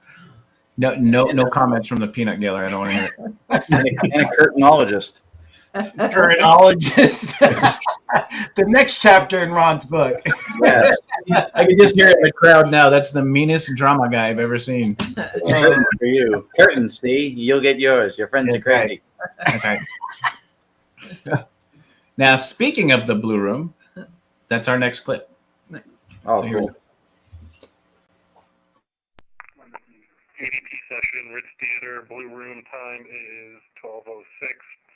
So we're going to talk to you one more time, and Sheila's going to ask a question first. Is your name Harold? Were you here in the 70s? Or is it Howard? Well, Do you like to hang out in this room because of the girl? He's got an accent. Yeah. Mm-hmm. Yep. Howard. Howard. Yeah, so Howard, real quick, is you know what? I'm not gonna tell you. You guys have to come to the Ritz and meet Howard yourself. Yeah. That's right. Yeah, so ran into a little bit of a connection issue with that where I wasn't able to fully tally everything. I know that first there was one question. I wasn't sure if Frankie, was that first response noted before the, or was there a response from? It was. We were asking if Howard was his name, and then Right. Howard, and then it yelled Howard. Okay, and then it was me, of course. Yeah. Okay, so there were two questions, and let's see, there were two questions, and they both got answers. The first question, is it Harold or Howard? And we got the Howard yelled at us. And then there was the other question, do you hang out in this room because of the girls, I think? Yep. And the answer was, of course. So that would have gotten a total score of 4, because it was 2 questions, 2 empirical responses. Basic arithmetic. I do want to point out something. I don't know how well it came over, because, again, I had a connection issue while I was playing. But if you notice, it said Howard, or to me it sounds like Howard, especially on the voice recorder. And it doesn't always translate well when you try to record it and play it back for people, whether you try to record it with your cell phone recorder or go directly into a computer. On the voice recorder itself, when I play it, you can clearly hear 2 syllables, but on this, it kind of sounds more singular. But the really strange thing was that you heard the Howard, and then it bled right into something that I was saying, where you heard my voice, where I wasn't sure if maybe it would be a digital anomaly with the recording, where it might not be paranormal, or maybe it is paranormal in supporting a theory that I have, where there might be some manipulation of the actual sound waveform to get the sound that they want, or it was just something so loud going into the microphone that it might have overtaken my voice and basically blocked it out. Interesting. Mm-hmm. Yeah. There was a term in early direct radio voice. I know Dr. Anibal Cardoso wrote about it a few times. I'm trying to remember the term, but it was used, I think popsters was one of them. Popser, popsters. They were the voices that would emerge between sounds or other words. Sometimes, like it would be sneaking in, and it would rely upon, I guess, the resonance of other sounds. So Right. In that instance, perhaps using sounds that you were making or were, beginning to make to kind of like almost piggyback in. Yeah, I think that's what it might be, but I can't be 100% sure, but it's just, I thought it was really interesting because, usually with the recorder, you'd be able to hear both sounds. If you had recording 2 simultaneous things, you would still be able to hear both of them to some degree. But with that one, you had the EVP sound already overtaking the partial word that I was saying. Right. Yeah. Which we've talked about this on other shows where we hear the EVP where it sounds like it's on the surface of the recording, and then we also have other EVPs that sound like it's behind the surface of the recording. Right. Kind of a similar effect to where the sound of the recording where you guys are speaking is somewhere in between. And you've got one coming up front, and then you've got one in the background that's kind of muffled a little bit because it's behind the recording. Yeah. Yeah. We had that happen at the house in between doing Staticom. The voice said Brad Cooney, but it piggybacked off of, and just before Lourdes was saying that she heard Brad, and then she went to say the last name, and it kind of so it's almost like a second ahead of her saying the same thing. Right. It's almost over. Yeah, it's kind of like 2 ships passing in the night, I guess. Yeah, well, now it's romantic. Now we need Race Hobbs' voice to come back in and go.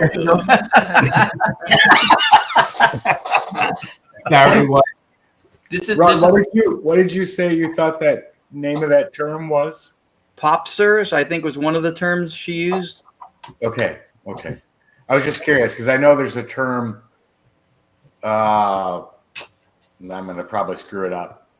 Portmanteous or something like that means something along the lines of words in between. But I was talking to you that one. Okay, all right. Well, there's more than one term for it too, so that may be the other one.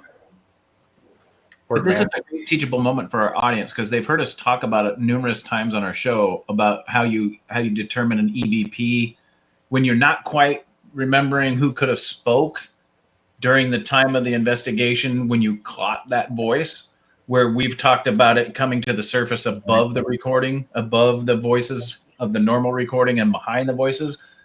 after years and years and years of review, you get used to hearing those either fall behind or fall in front. And you can tell it's not a portion of the actual recording, and it's also embedded either on top or behind the recording. Right. Yeah, that's a good point, Chris. And I have to say, when it's the law enforcement officer and Anthony comes out when we're doing EVP sessions, like you can't fucking fart. And Anthony will be like, Frankie? Yeah. So it's like you could hear, and when we're going around doing questioning, Anthony will point at you when he's ready for you to ask a question. He's interrogating. To give it enough like breathing room. So we have very strict policy around EVP recordings. And if you get out of line, I will tag the noise. I'll be like, oh, that's Frankie making noises again, you know? Yes. And the first time will be nice, but the second time will be very authoritative. So Anthony is the Cherie of the EVP. Yep. Listen, you gotta crack that whip. You gotta keep people in line. Yeah. You guys have to go back. You have to go back and watch the show when the 6 of us were here in North Carolina and we did the Montgomery House, which is a location, an 1830s plantation home that Audra and I control. The 6 of us were there, and Lourdes, Audra, or was it Tony? 3 of us were in one room. It was. Audra and Cherie were in the room next to us, and we were And there's a clip where where Cherie's in one room and we're in the other room, and we're both doing EVP sessions. And you hear Cherie go, "Be quiet, we're doing an EVP session." And then you hear me go, "What the fuck you think we're doing?" She did the same thing at Solo Mansion, way up on the 3rd floor. She tells us to tell the group, we're going to do EVP, so let them know not to talk. So Ron and I are literally telling the rest of the people they're going to be doing EVP sessions up there. So whatever you do, we're doing EVP up here. I can hear you guys. It happens. Yep. What I love is Anthony. You can tell that he's been in a situation in the field where he's got one side of the story, he's got the other side of the story, and both of them are trying to tell their side of the story at the same time. And he's like, you already. It's their turn to speak. Yep. Right. One at a time. Yep. You had your turn. I know Raul had a question also, and I think it was something like, are there extra points if people hear multiple things? 1 point, Raul. I got in trouble, so.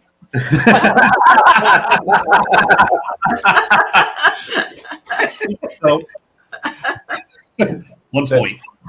1 point. Just 1 point.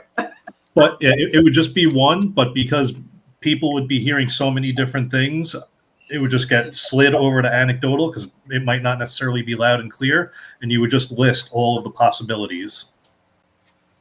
So I've got a question for you, Anthony. Sure. You've got multiple investigators in the same room. Mm-hmm. And we have had plenty of investigations where one person caught an EVP on their recorder and another person caught a different EVP on their recorder. Sometimes it's multiple recorders catch different EVPs. Does that add to your MEGS, or do you only do it per clip? Yours. So it would be per clip. So like there was we actually did an investigation. Ron was at also with at the Columns Museum, and we did a really cool experiment where we had like 4 DR60s, and we were in a room that had the American flag that was placed under Abraham Lincoln's head shortly after he was assassinated. And his blood's still on the flag. Wow. Yeah, I think I heard Ron say this before. Yeah. So and there were responses to all the questions, but not all recorders picked up the same responses, which was really cool. So in that case, it would be an analysis of each and every recorder or each and every recording. That way, each and every response is acknowledged. Okay, but it's the same session. So. Yeah, I'm going to throw a variable in there. Sure. You ask the question on your clip, you don't get a response. Mm-hmm. That's timed, relevant, and intelligence. But somebody else picks up the response to your question. So that doesn't it doesn't correlate. There's I get what you're saying. I get exactly what you're saying. Yeah. So in that case, it would be the application of MEGS to the footage on the recorders, and not necessarily the overall experience. So I'm trying to figure out how I can kind of explain this better. So like right now, tonight, I'm MEGSing footage, not necessarily the investigation or the experience itself. So if the majority of this footage came from Frankie's body camera, if I were to pull my body camera and look at it that way, my body camera is going to be picking up different things. So in that case, I would be doing an analysis of two different pieces of footage ultimately, not necessarily the overall experience or investigation. So Right. now, if we were to present the entire investigation to a private client or a client in general, then I would have to acknowledge every single thing on both recordings, and that would contribute to the overall score. Okay, gotcha.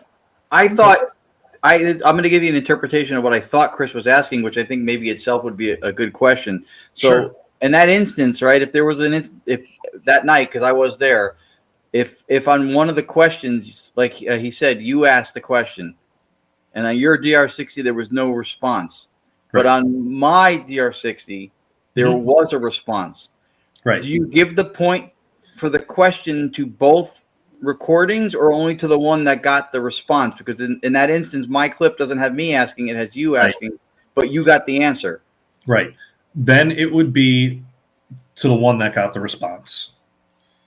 Okay. I'm sorry. Did that answer? I'm like.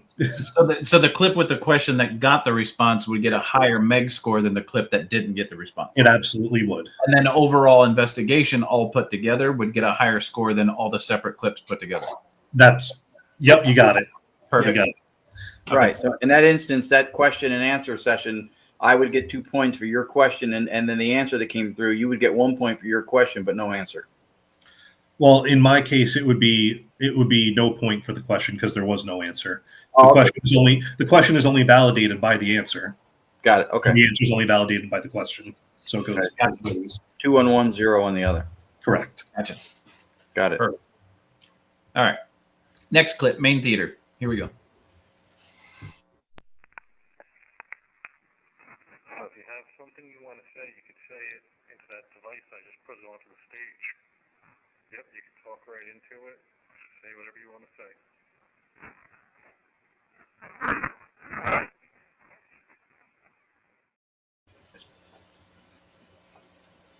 I had a voice. You still do, fucker.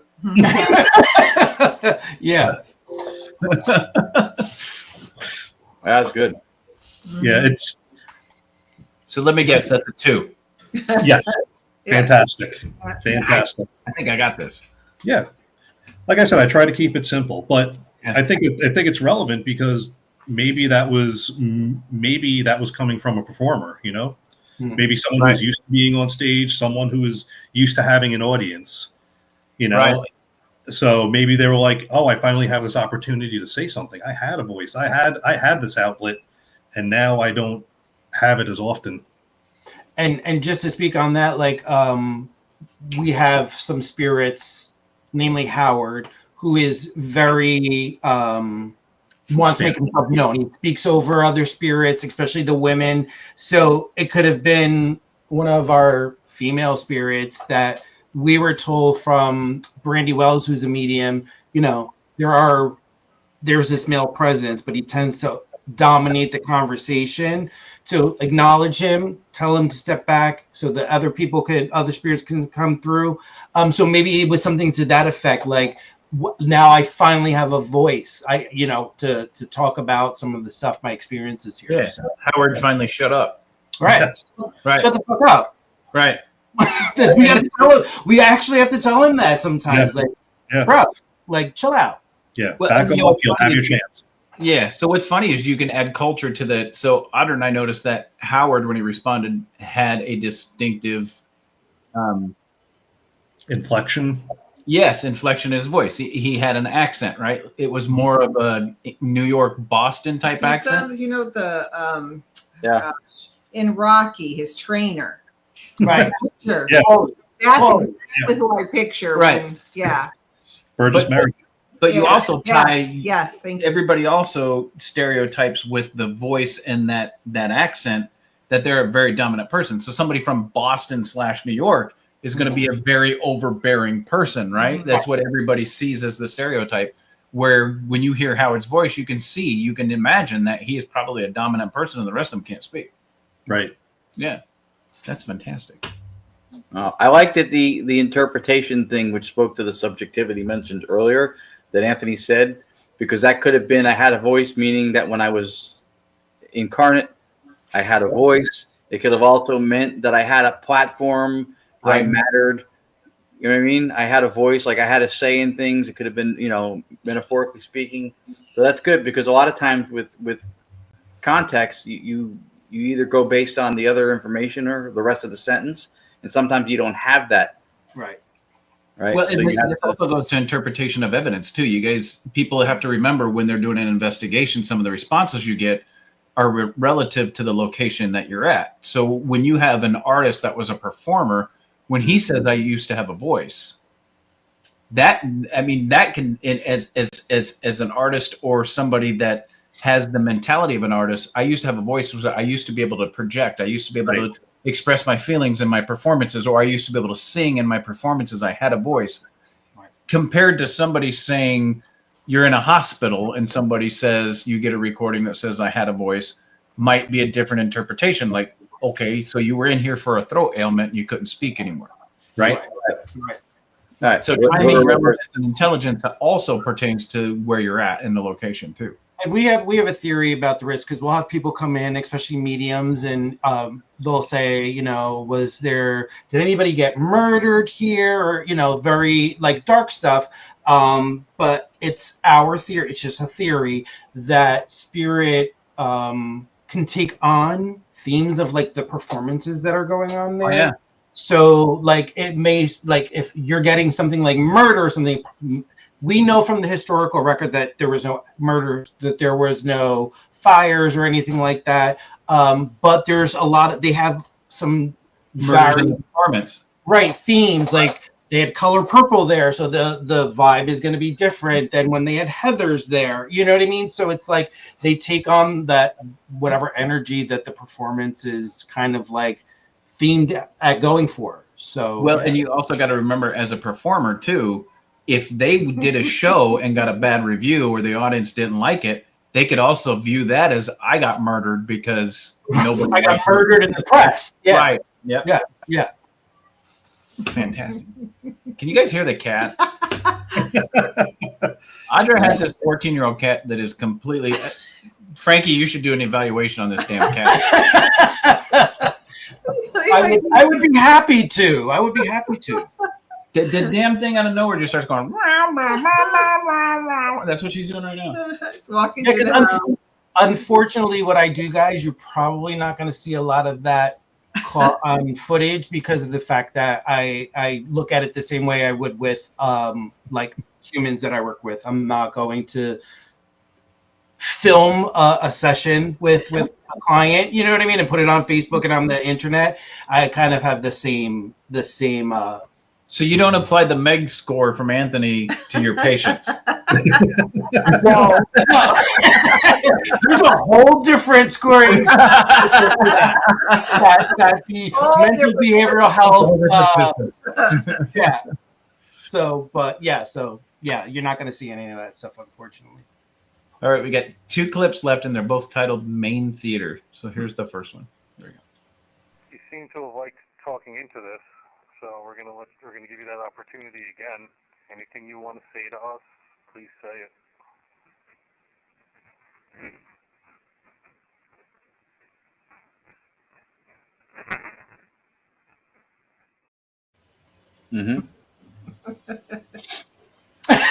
Chris is like 3. That's it. Actually, Audra said it first. And that's why we wanted you guys to have it. We wanted Anthony to show you how this works, because once you kind of get acclimated to it, it does become a little easier to do, was It's just like asking- practice. It's I was like just anything else, asking practice. Tony. Sorry, I was just asking Tony. So I'm a little confused. So every time you do investigation, listen to the recorder, you count. Yes, that's all it is. Okay. That's all it is. It's just counting. Yeah. Mm-hmm. Yeah. I gotta let you know, Anthony, you've ruined my reviews now because Audra will be sitting in the other room when I do reviews. No. And now I'm going to be on Audra, I got a 4. Get your ass in here. I got a 4. It's going to be like a competition. You review it separately and see how close your scoring is in proximity to each other. So I'm the gonna make system up you, my own shit. So scores are gonna be higher. that's fine. That's fine. No, it's not, Anthony. No, it's not. Another stupid question, maybe. No stupid questions. No stupid questions. All right. So what's the point of when you're reviewing and then you have to count? So what's the point of that?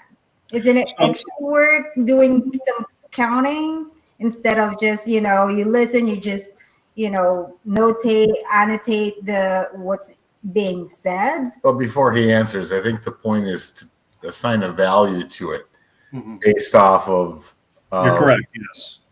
Of the higher the number, indicating the amount of activity that occurred in each section, which makes perfect sense. The only part that I struggle with in regards to what you're asking is based on the different length of clips, based on the different amount of questions asked, activity that comes out of nowhere.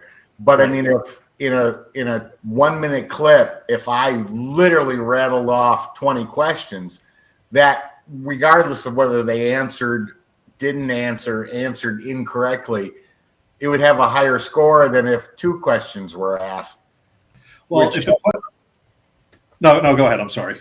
No, which then would seem like there's more activity, but in fact, there were just more questions. So the only thing is the questions are only getting a point if there's an answer to them. Okay. So the question validates the answer, and it goes the other way too. The answer validates the question. So you could ask 75 questions, but if you only get one of those questions answered, then you just have a score of 2. Mm-hmm. Okay, I thought you were giving a point for every question. No, because then it loses all credibility. Right. So it goes back to the algebraic equation philosophy in it. You've got your variables of timing, relevance, and intelligence.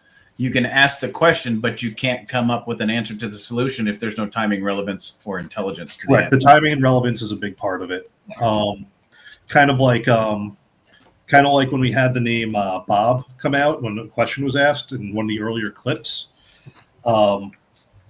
In a way, it did answer the question. It answered it incorrectly because we were asking. I believe, them to name the people who were present. So while that could be considered an answer, I don't necessarily count it as one because there was no relevance to the question. Right. It was only until the following week that Father Bob came by and was like, "Okay, well, that's interesting." Right. Yeah. Gotcha.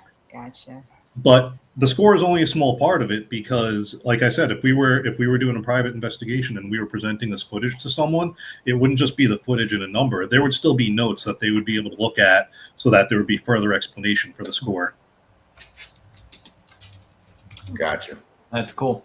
It actually makes sense. Now I'm going to be counting shit. Man,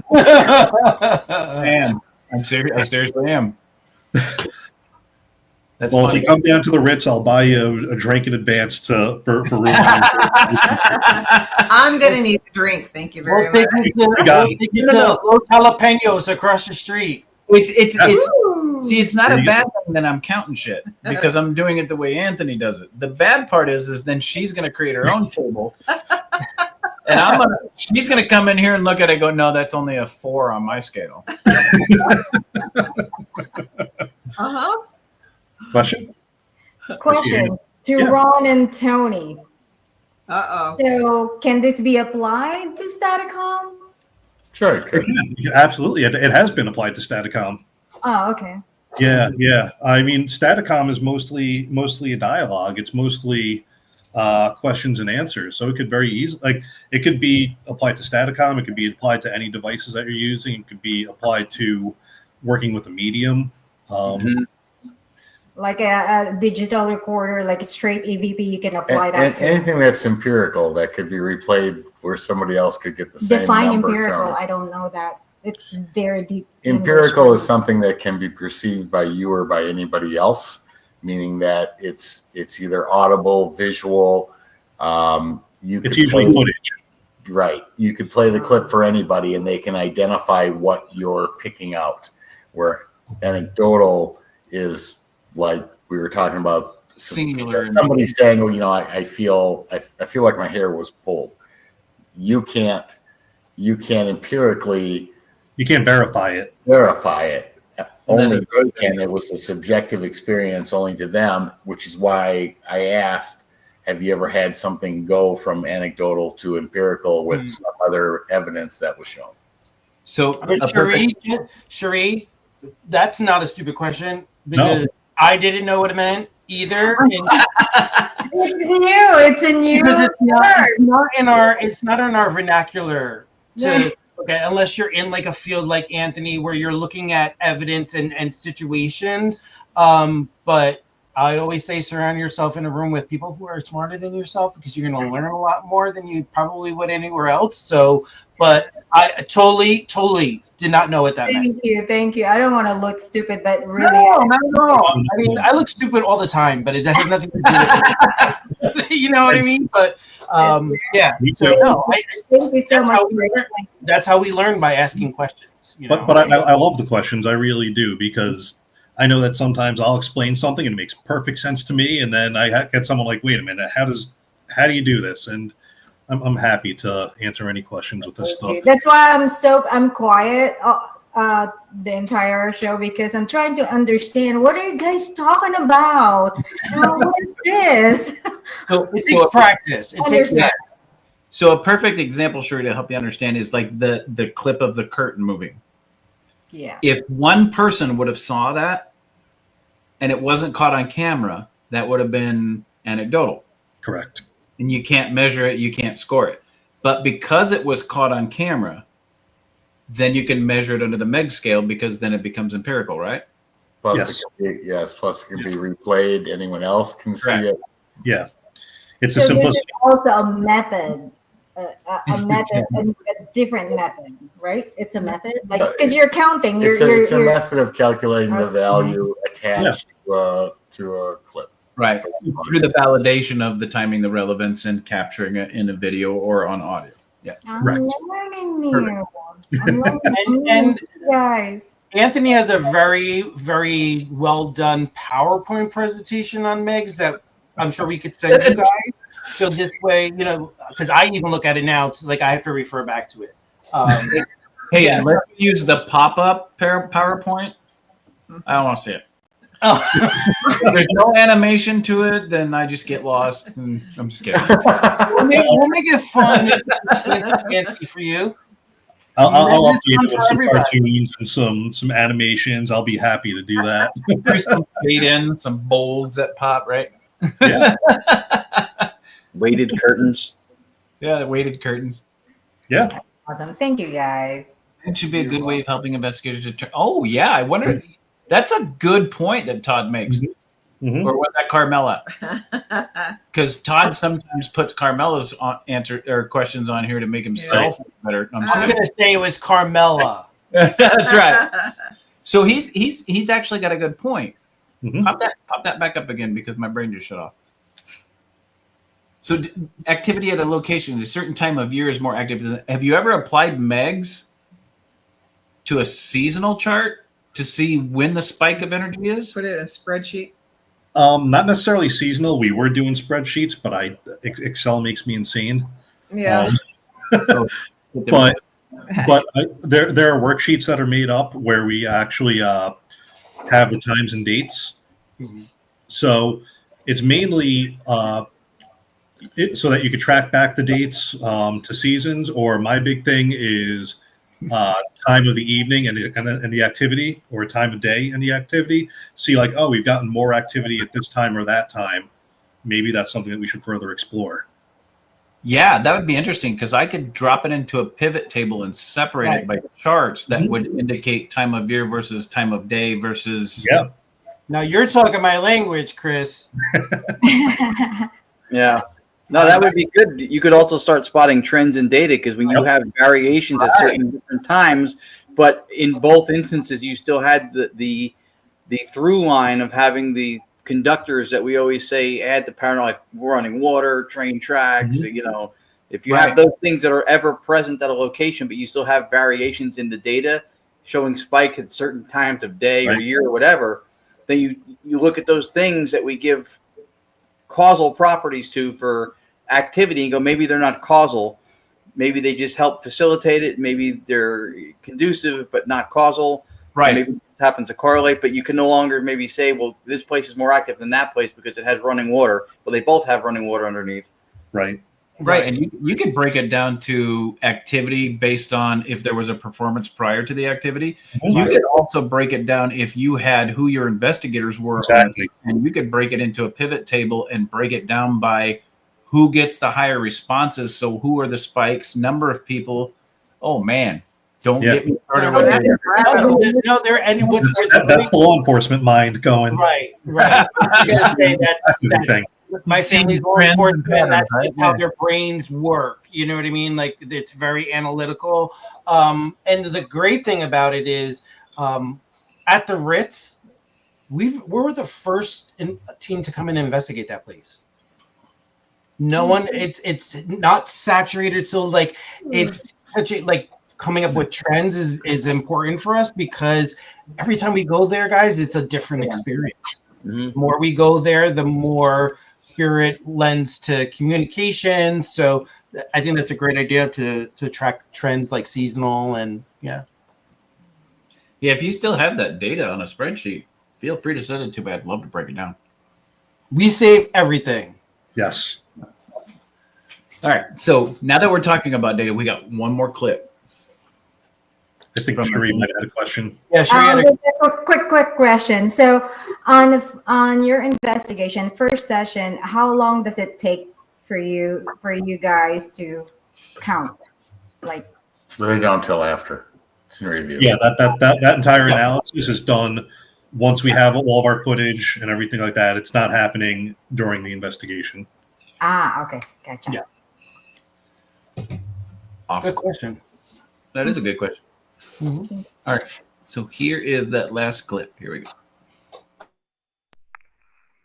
All right, so we heard what you said, and we're going to do that, but we're going to just ask some more questions, and then we'll leave you to do whatever you want to do, but we'll be out of here. Do you really want us to leave? Are you the one walking around on stage? Can you say something for us? Were you the one that Anthony saw moving the curtain? Anybody else want to ask anything? Interesting. 2 years. Heard that 2 yeses. 6. 6. 6. So 6, yes, going by what was actually listed. Right. But there was actually a second question, and there was an answer that I kind of heard that wasn't acknowledged. So based on what was shown, it would be a 6, but based on like what I saw or heard, it would actually be an 8. Oh, so we're gonna have to watch that one again. Even go back to the videos of me and Anthony were talking about this, like, you know, watching it. I'm the type of person that I'll keep watching it even after like it's all like prettied up and stuff. I was catching stuff like almost like every time I was watching it, like little nuggets that maybe I didn't catch the first time, but we wanted to kind of leave some room for viewers and stuff to kind of like, I heard this, I saw that, you guys didn't catch this, you know? So yeah. All right, so let's watch that one again. Here we go. All right, so we heard what you said, and we're going to do that, but we're going to just ask some more questions, and then we'll leave you to do whatever you want to do, but we'll be out of here. Do you really want us to leave? Are you the one walking around on stage? Can you say something for us? Were you the one that Anthony saw moving the curtain? Anybody else want to ask anything? You're right. I got 8 that time too. Yep. Yeah, it was were you walking around on stage and there was a very quiet yes. Yep. Yep. Yeah, because the first time I listened to it, I was like, how do you score that one? Because which question did it answer the yes to? But there's a second yes in there. Yep. Gotcha. Yeah, so again, if you don't count that second question and answer, then it would be a 6, but further review says that that question was answered, so it's an 8. All right. We are learning new stuff. Thanks for making my reviews take twice as long as the We were just having that conversation before we got on air, so now I was waiting for. I didn't want to like scare you before the show happened, but yeah. Well, because we want to make sure that we're not like just willy-nilly putting stuff out there for the public to consume. There's tons of people who do that better than we do, so we just want to have like a different stance or different take on it, more of, you know. I got another question for both of you guys. Mm-hmm. Do you ever place equipment in areas where nobody's at? Yeah. Yeah. How do you score that? There's no questions.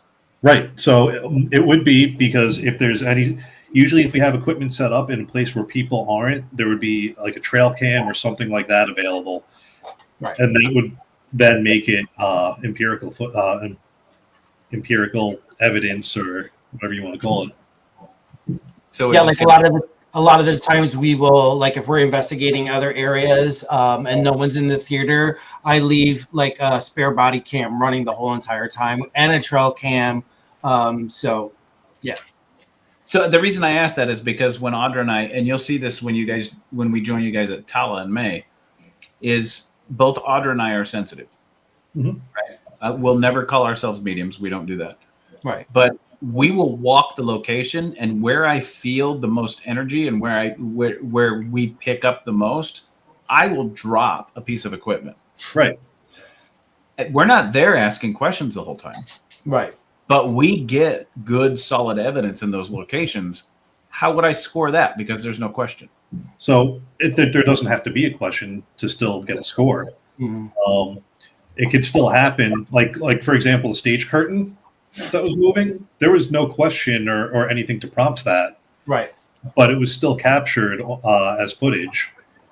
So we'll review it, and it would just get 1 point for being empirical. Okay.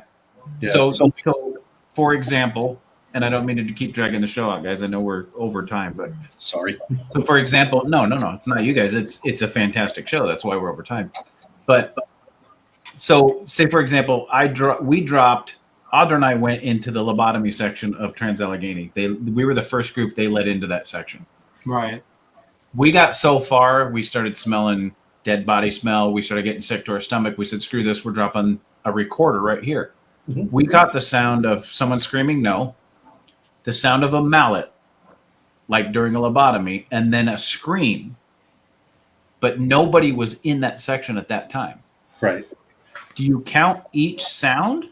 Or do you just count the one EVP? No, it would be each separate sound. Because those are so the no, the mallet, and then the scream, that's a 3-point. Right. Yeah, because those are 3 very separate things. It's not just the one EVP, because then if you kind of follow that logic, then like if you record one video, then that entire video is just counted as one thing. But you don't give it a point for relevance and intelligence for the area that it's in. No, because so basically the whole thing with the questions is I kind of identify it more as like a query, that being some type of behavior that warrants a response. Okay. If I were to ask a question, that's definitely a way to do it. If I were to play time period relevant music in a specific place, expecting a response, the music would get a point plus the response. Right. Or if I were to drop a trigger object, that would warrant a response. Then it would be dropping the trigger object plus getting a response, and that would be a point for each thing. Okay, so you have to look at the variables that lead to timing and result. Correct. Oh, perfect. Okay, now I completely understand it. You're in deep shit. That's all you, baby. And if you want to count, if you want to count anything that you might have felt as a sensitive, that would be anecdotal. That would get a point for the anecdotal column. Okay. Well, thanks, guys. This was fun. Hey guys, we have reached the point that we call in our show shameless plugs.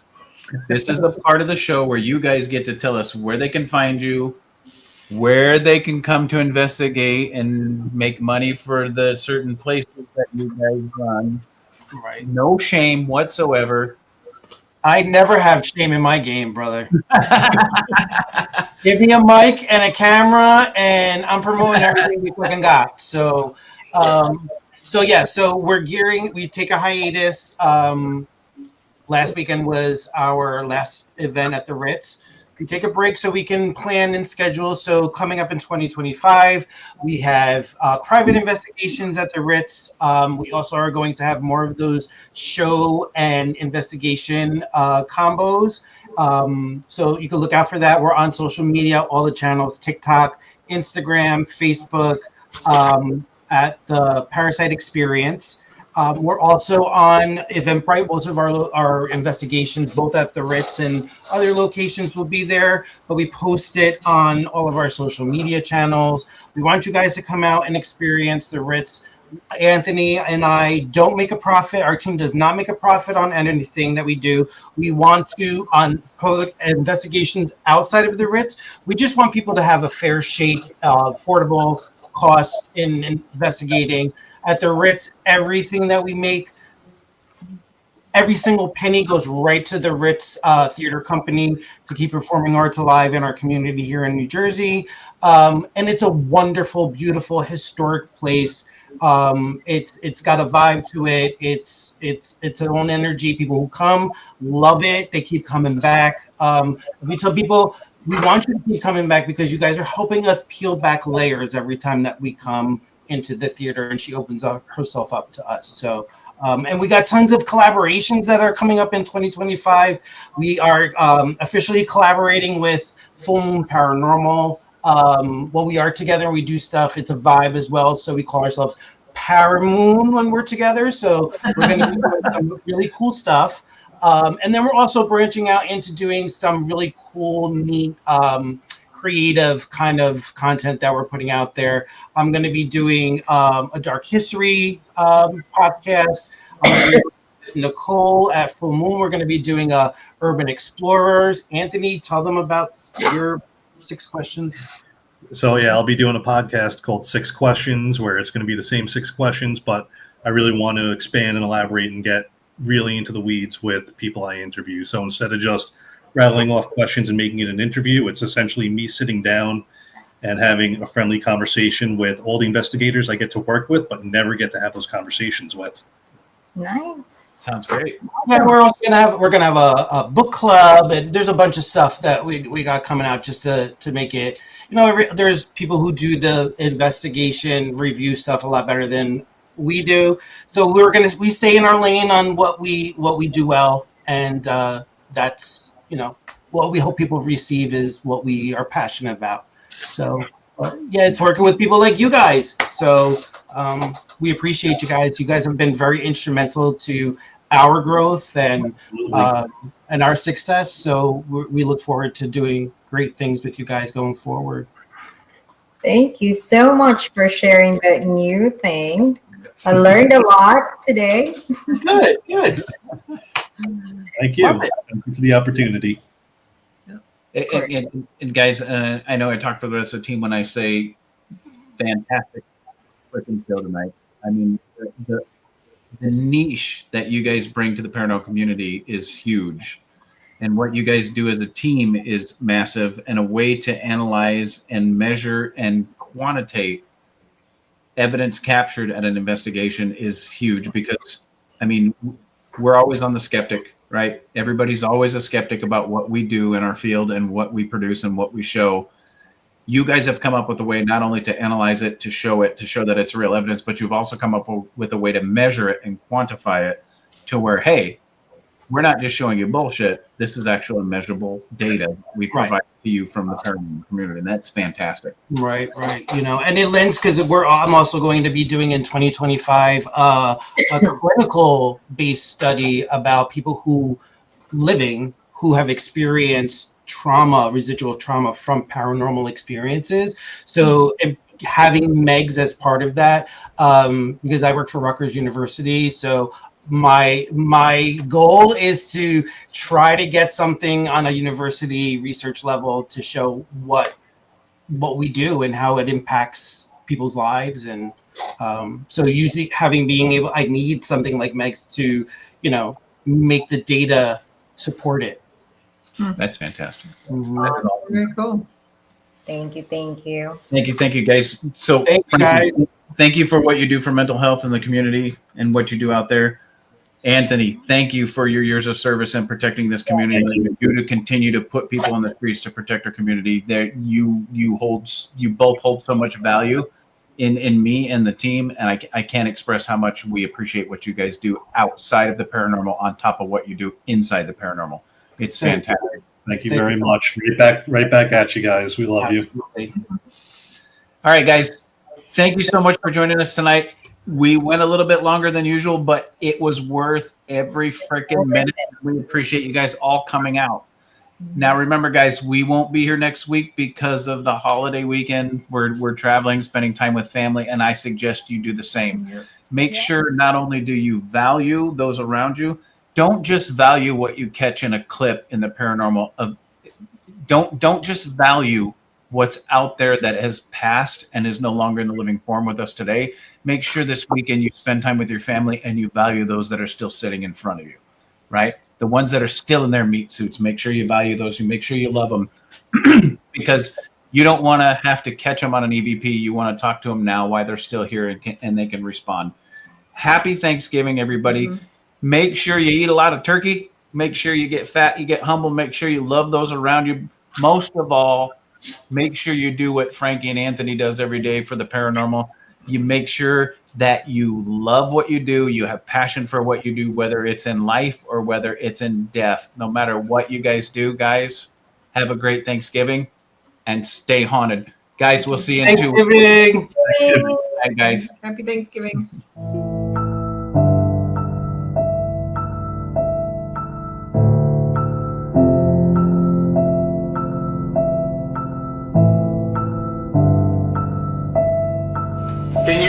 Can you give me a name? What's your name?